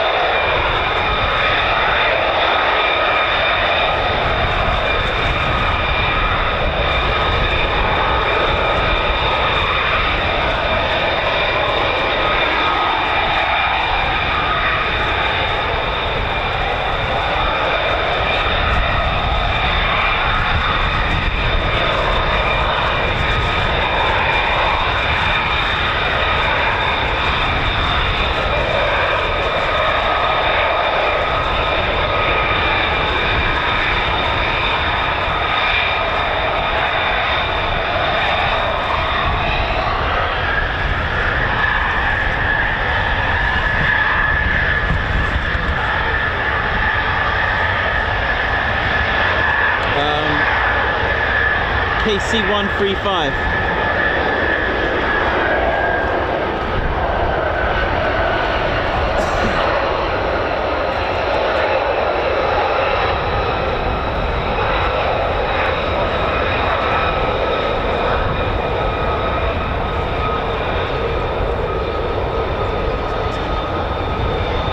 Yeah.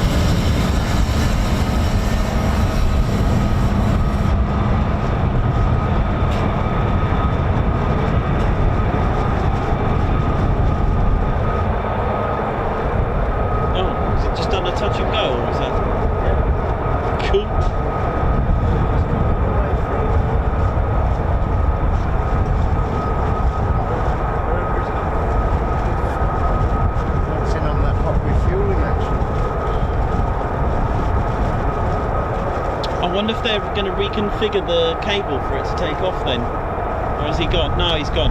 Oh, well, no, he's over there. There's a lot of guesswork going on here.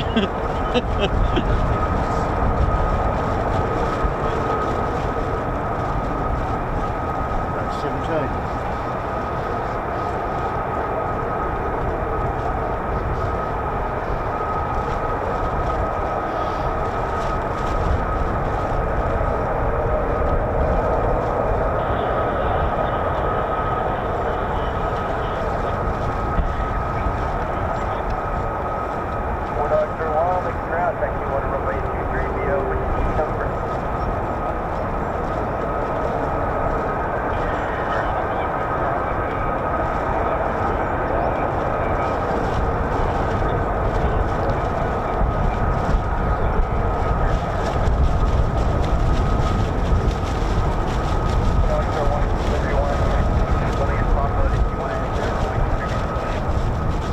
Sounds like it.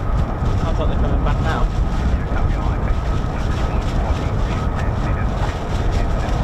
Yeah, taxi to the pits.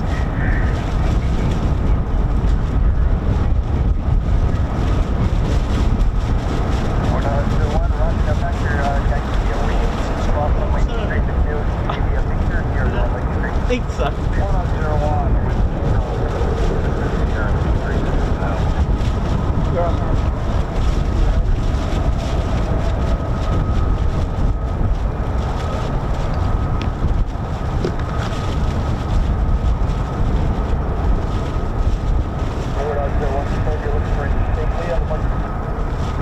Yeah, they're going straight back out. They're hot pitting going out. At least it's something. Consolation. Oh, okay.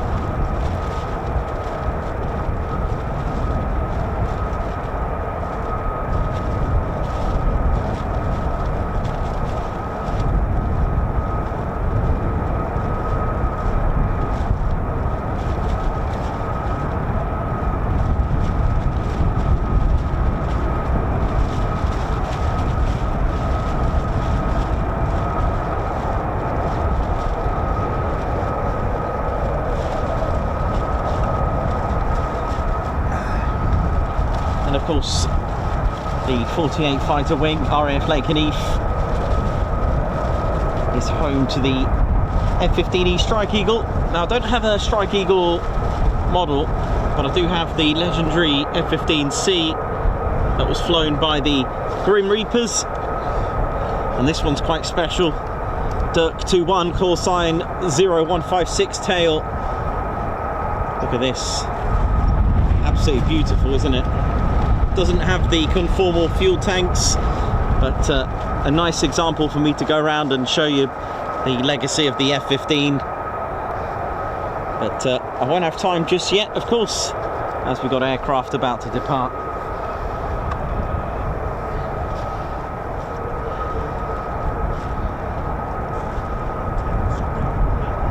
Cool, that was a turn, wasn't it? Cool, yes! Look at this, man. That was a sharp turn, man. Oh, sorry, 1 sec. Oh dear. I nearly, very nearly.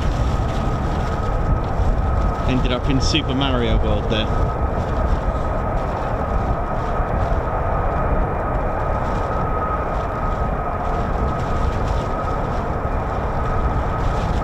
Just that wind just causing a bit of an issue up here.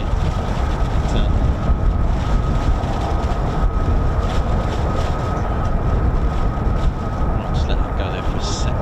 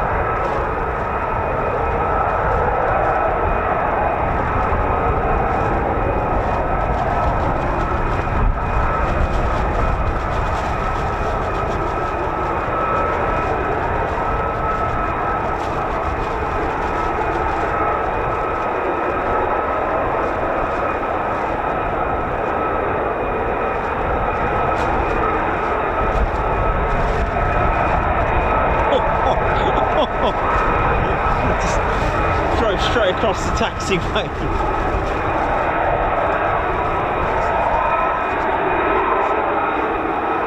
Over that side.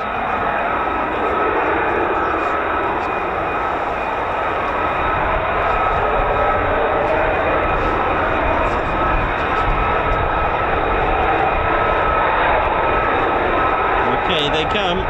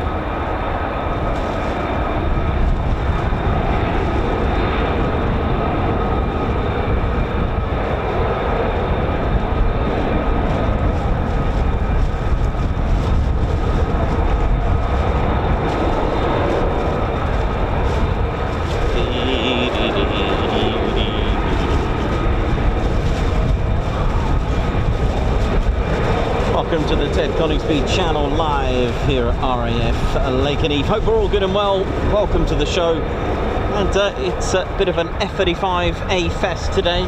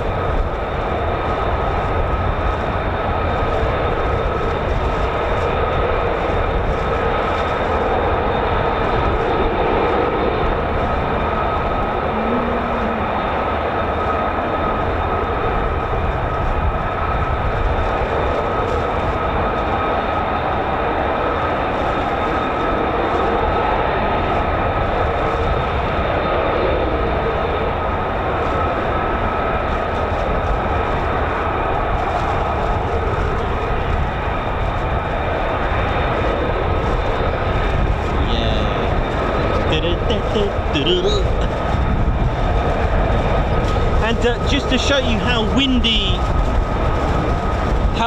it is out here, you can always tell by my Mohican. Have a look at this. I dread to think what my hair looks like. Here we go. It's not bad actually. It's got a bit of a curl. Smooth. It was like that today, but it's got. Look at it. There you go. Look. Yeah, mine was, mate. Hey! Before and after. Oh my word. Oh, it's all a giggle, isn't it? I thought it'd be worse than that actually. Oh, where am I going? Whoop, there it is. We're all good. Oh, it's been a case of hanging on there.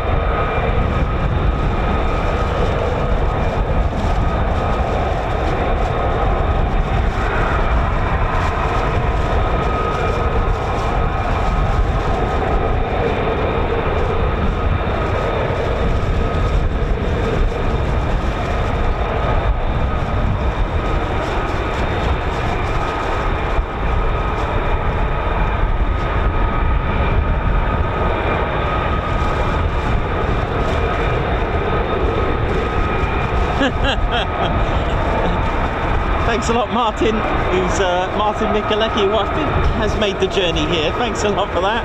Just got his message. Yeah, it was a Mohican at one point, but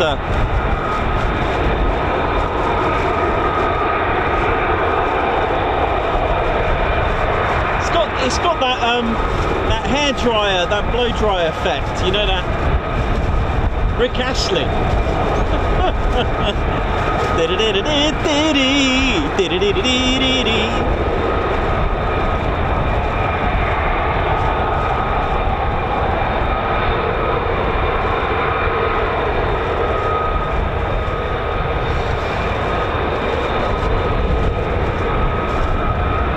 It's getting closer, isn't it?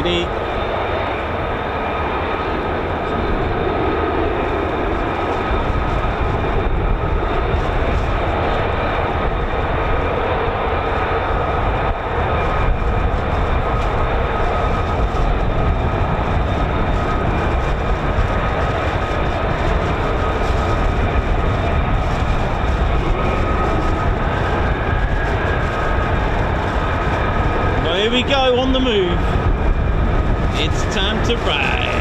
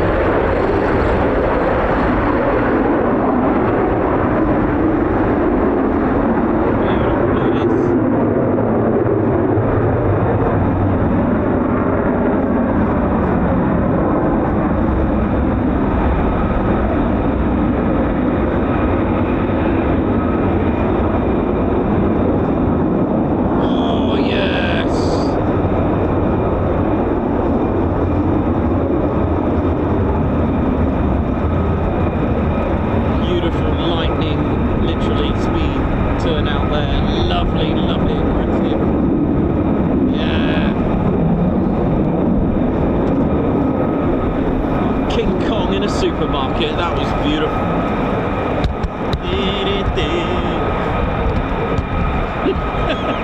Totally doesn't make any sense, but hey, I know what I meant inside my my little mind.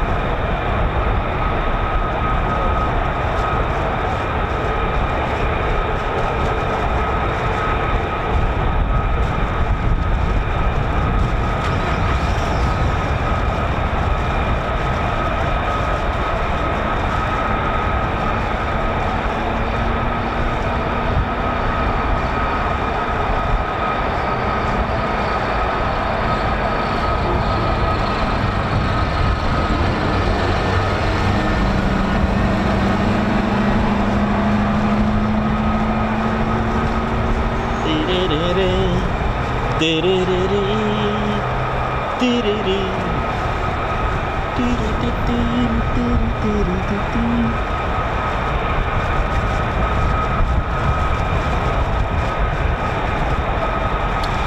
I hope we're all good, ladies, gents and teddy bears. Still got a few to our right, which will taxi down what we call the Warrior Walk, named after the Lakenheath warrior.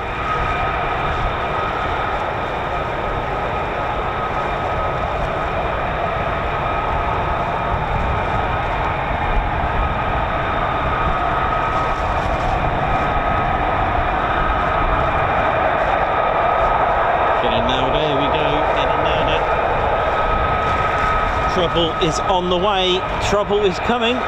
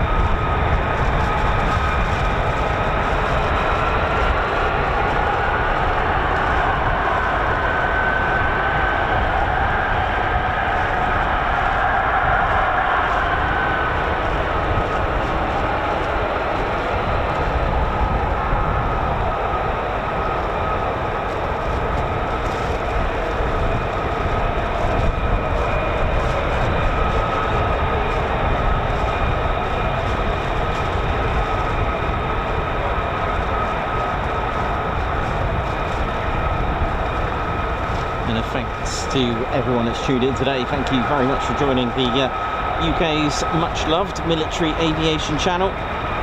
That is, it's going to be a bit of a challenge this week. A challenge. I don't think you need to work out what I'm getting at, but oh my word.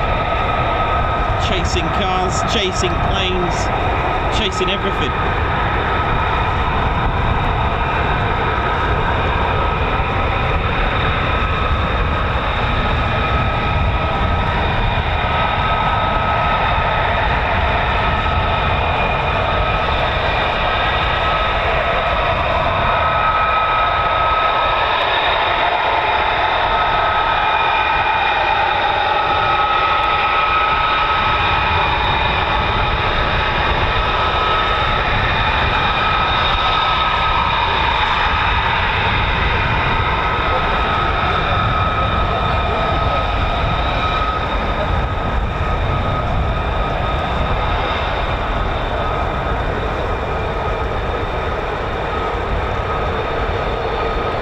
Just gonna go and taxi with purpose, or is that gonna just head back? Let's have a look. Where's this going?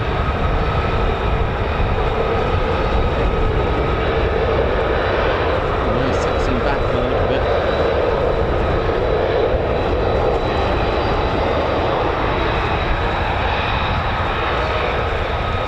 Look at the serrations everywhere, even to the where the fuselage like ends and meets, as in the frame itself, and meets those nozzles. Tiny little serrations, the little zigzag pattern, doing everything it can possibly do to just give it a lower radar cross section. Absolutely incredible.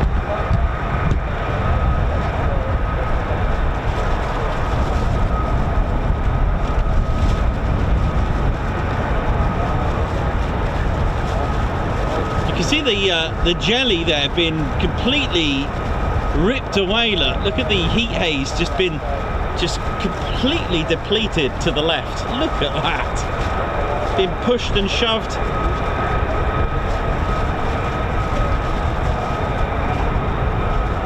Absolutely been pushed and shoved like early morning sales on Black Friday morning. Look at it.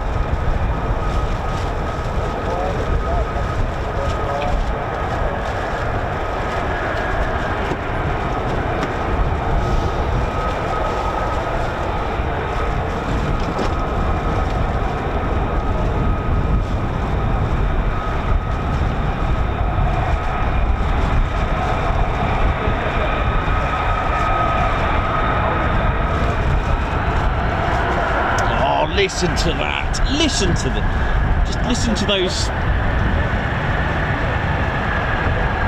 compressor stages just sucking up that air and spinning those turbines and spinning the stages to the compressor. It's just amazing. That's turbo fan noise. Beautiful. Here it is.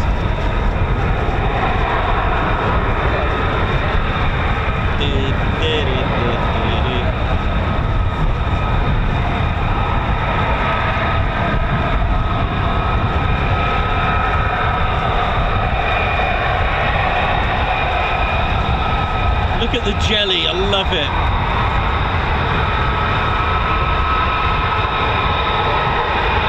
So this could also be taxiing back, unfortunately.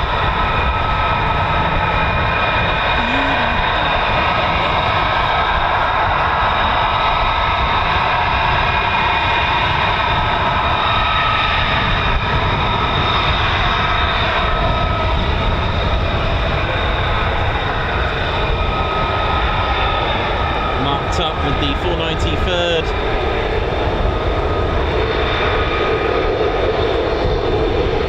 On the tail there, nice statement.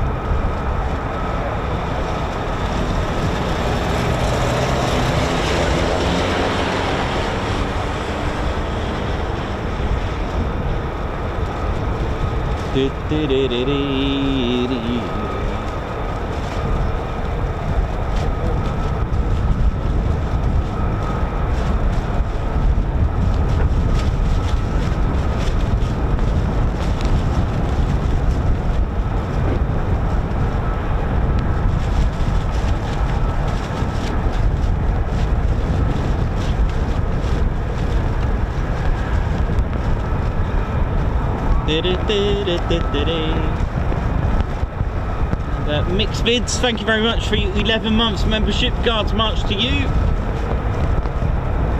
Andoof69, thanks a lot for your 35 months membership. Time flies when you're having fun. Henk Verhuel, Phantom Fanatic, high five and a Guards march. Thanks for gifting a Ted Coningsby membership. Also Silsec with 19 months of membership. Greets from Fairchild Air Force Base. Avro Al with 35 months membership. Guards march to you for the best military aviation channel out there. Thank you. Jack's Edge 4520, high five. Welcome to the TCS Posh Officers Club. Dieter, member for 16 months, ready for another month of enjoying the best aviation channel our year. TCS rules. Thank you. Elsie with 30 months membership. Great 30 months of our year and send it. Paul 2025, member for 7 months. Just brilliant. Thanks Ted and Nikos. Thank you. Right, here we've got some more coming out. But again, could be the same scenario, so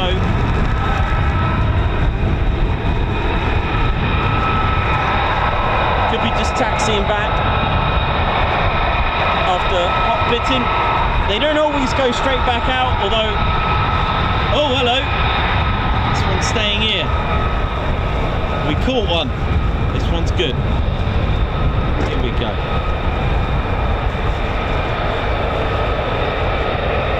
I love the external missile railings on there.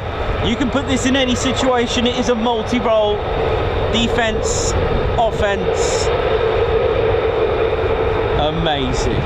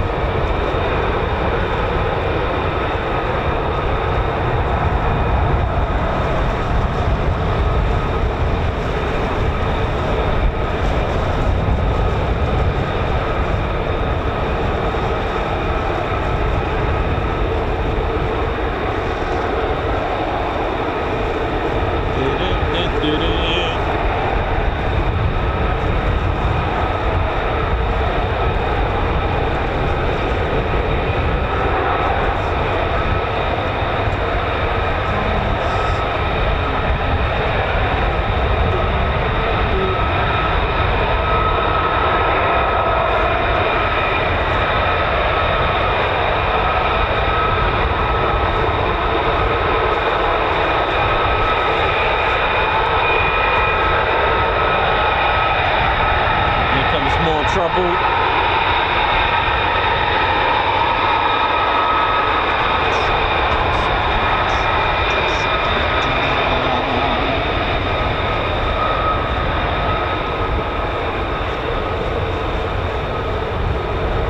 Look at this, beautiful.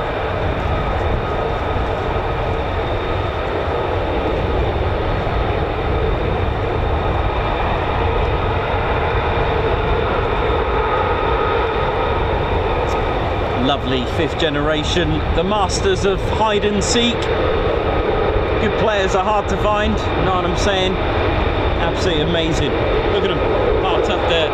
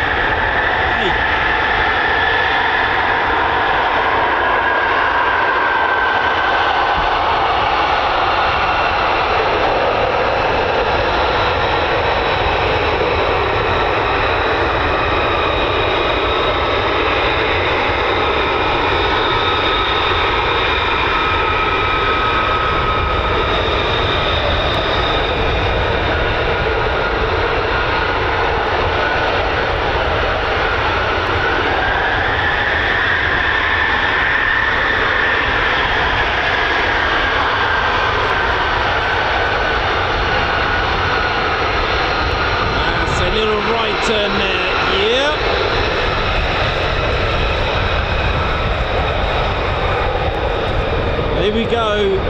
Ride.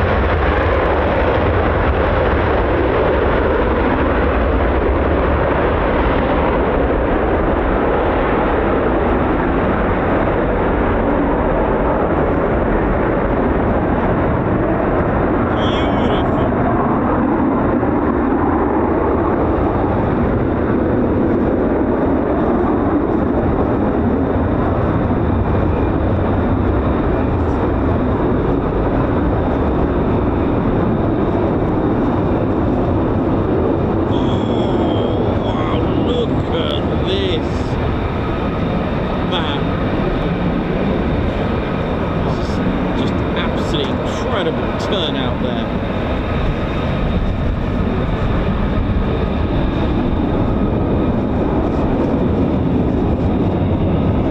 Beautiful.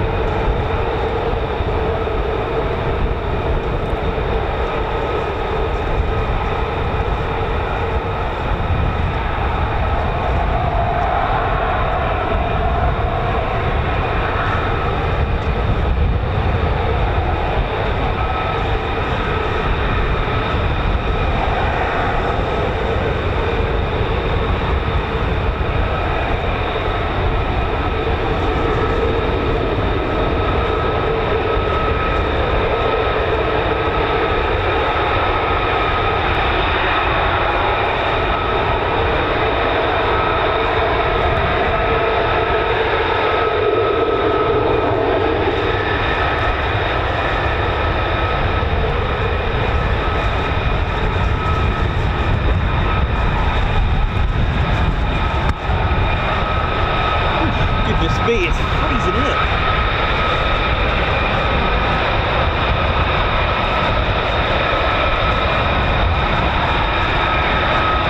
So dedicating this next takeoff to Terry Searle, who sadly passed away.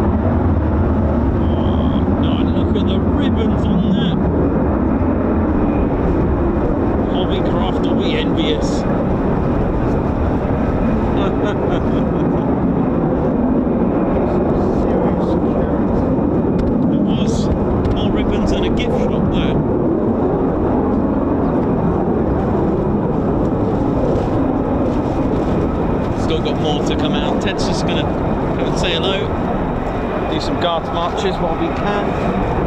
Actually, I don't think we'll get time, Teddy. Maybe do a couple.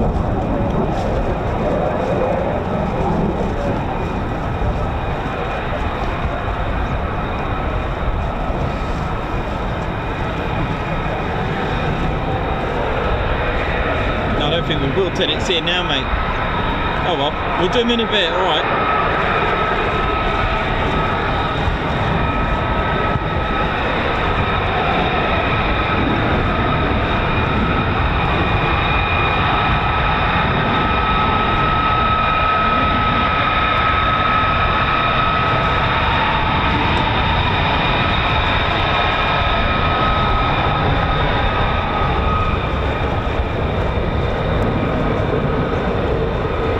Tail there.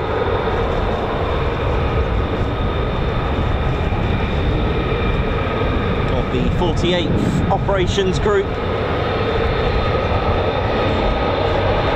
Nice.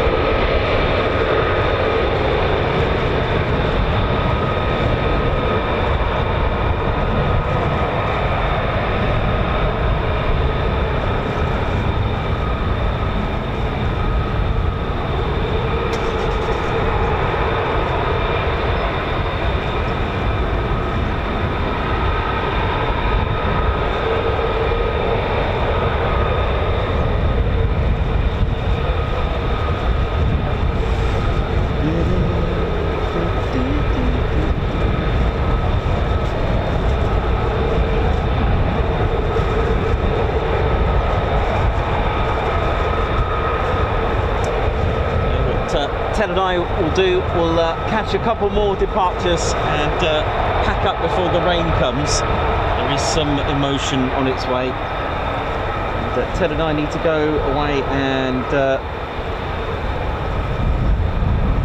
about what we're going to do for the rest of the week. It's, in fact, the rain has just come now, actually. Saying that it might be the wind just blowing it quite strongly. Comes the rain. It's an effort.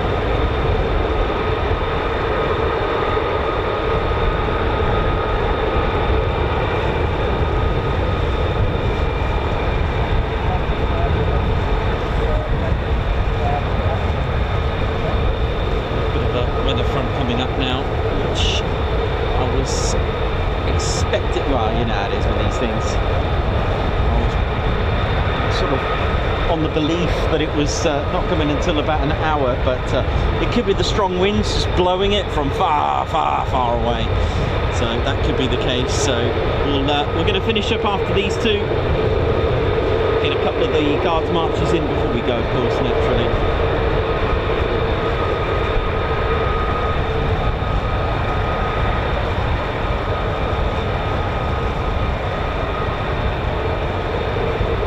Mayors, how you doing? Thank you very much. Daniel Roberts, thank you. Margot, Mark Dudley, David Bowers, Captain A, Chris Blossom, Dave Earl. Hope you all enjoyed it. Hope you're all good. Mayhem Marshy, Davey, Tosh, Alan Gates, Anonymous.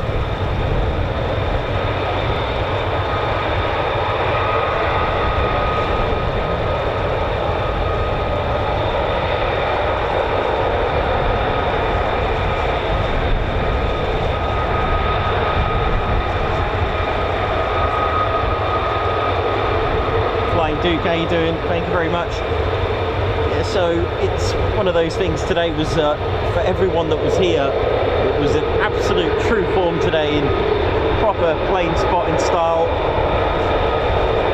Literally hoping, crossing everything and just hoping for something amazing. Waited and waited, as many that were waiting here for hours into not even sunrise. It was amazing to the commitment, standing for hours, but that's the key to it. Unfortunately, you get days where you just get nothing, but at least we've had the F-35s hot fitting on another go, on another sortie, so amazing. Hot pit refueling, for those who don't know, it's refueling the aircraft with the engine or engines still running. and it can take just 10 minutes. Now here comes more F-35s taxiing down, so that's quite funny. Guess they want us to stay.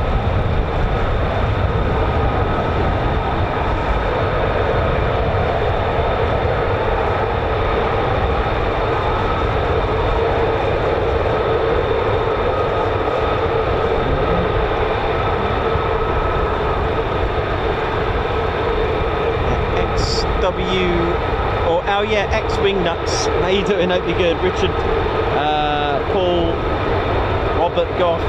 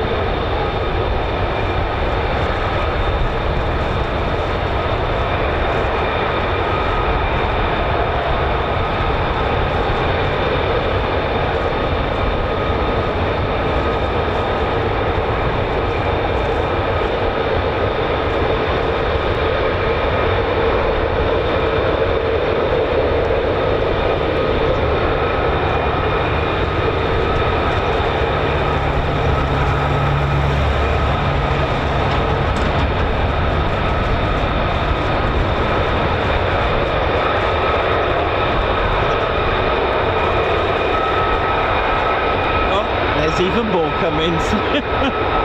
Oh, it's so typical every time. Guess we're not going home. Oh, dear.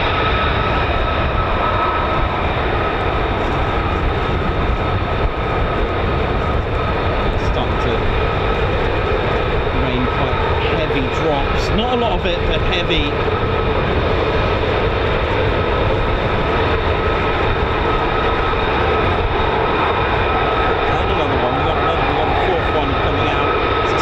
To go. I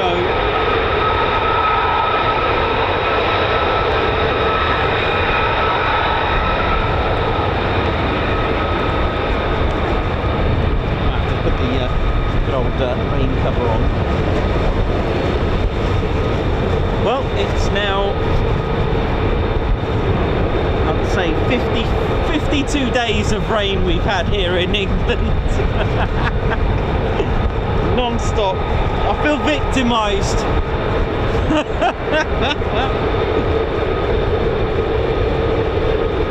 Oh dear.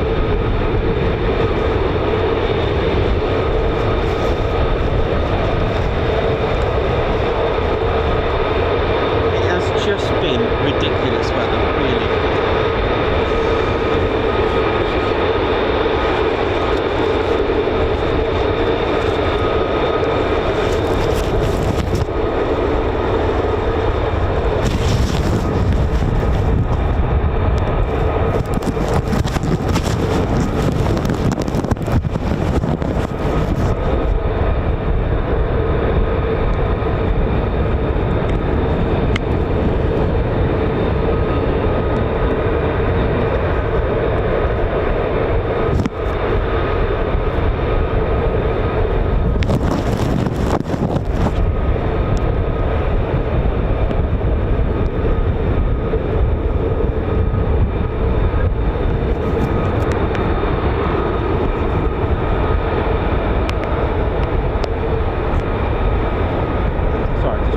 Into the camera as you do.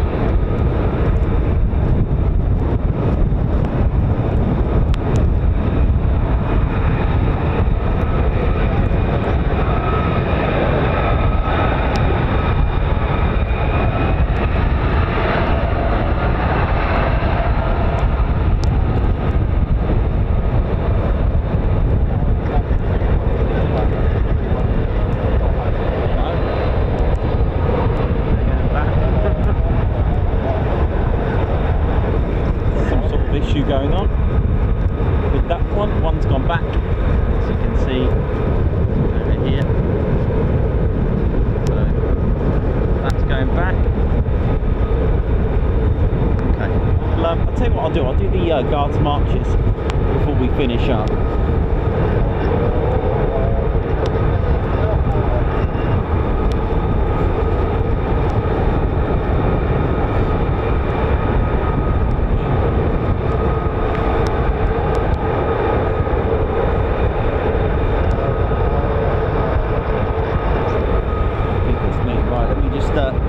Clear the screen up a little bit. Ted, do you want to have a go at that?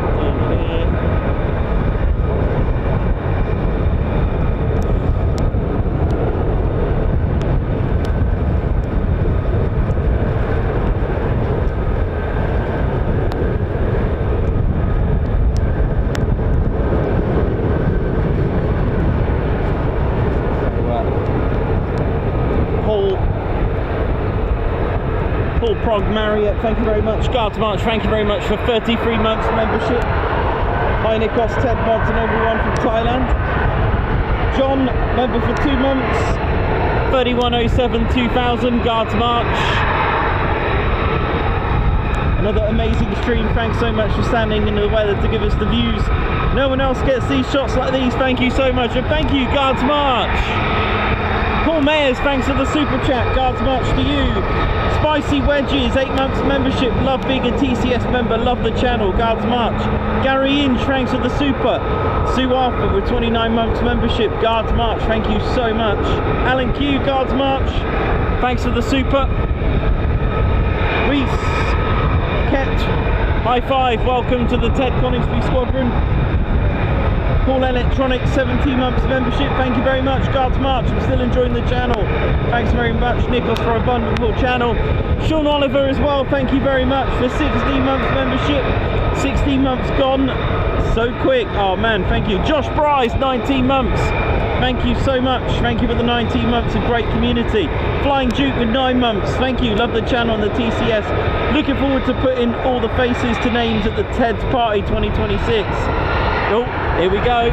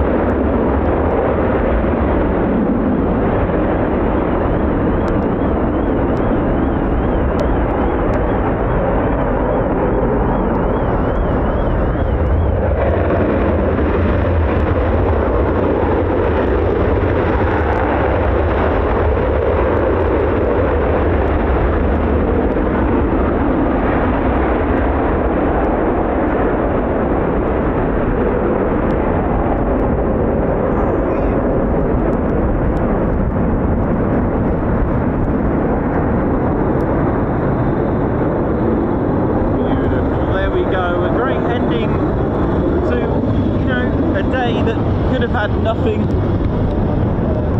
For those that miss Waddington, well, this one's for you.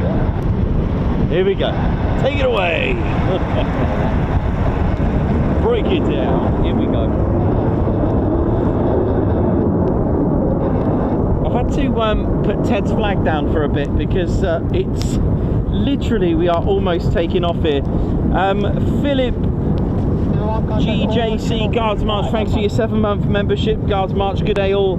Thanks for great streams. Got David Harrison with 16 months membership. Best channel on YouTube, well done Nikos. Flying Duke 9 months membership as well. Wee Stevie Boy, thanks for the super. Guards March. Gary with a super as well. Guards March as well. Rob Kennard, high five and a Guards March. Thank you for gifting 5 Ted Coningsby memberships. Thank you. And a Paul Pump. Gary as well, high five, Guards March, thanks for gifting a Ted Coningsby membership. X-Wing Nuts, high five, welcome to the Ted Coningsby Squadron, Guards March.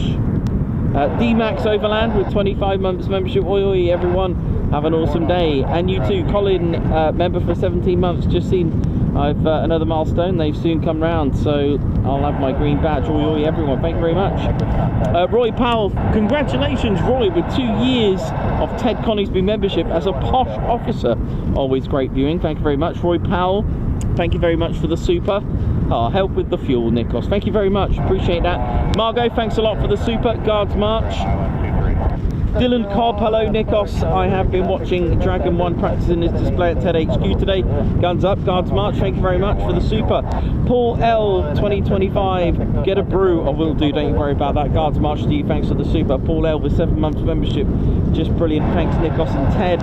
Elsie with 30 months membership, 30 months of yeah and send it, thank you very much. I think I've done these now, I've kind of lost absolute track, so apologies. Bobby, thanks a lot for 6 months membership. Guards March, thanks Ted, Nikos, legends, and Elizabeth with my month membership, greetings from Sweden, thank you very much. Right, we are going to finish up now.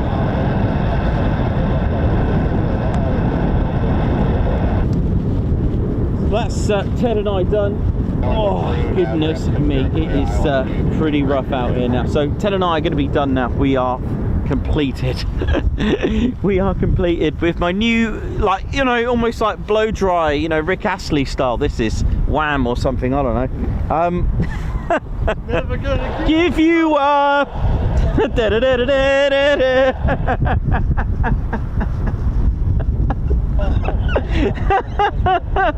Oh my word, we are totally losing the plot.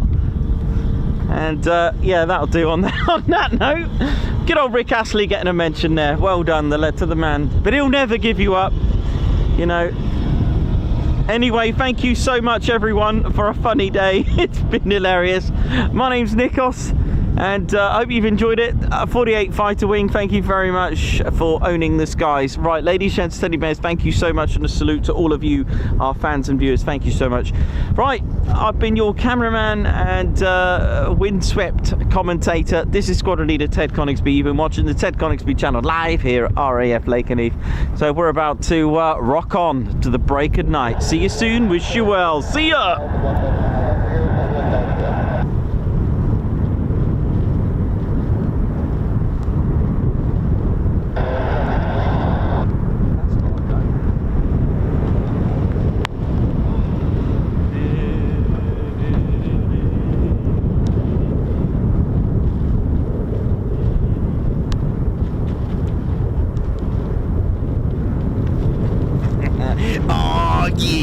Ladies, gents and teddy bears, welcome to the Ted Coningsby channel membership. I'm Nikos, I'm your cameraman and commentator. This is our squadron leader, Ted Coningsby. Just want to say a massive thank you to all our members. Guns up and yeah.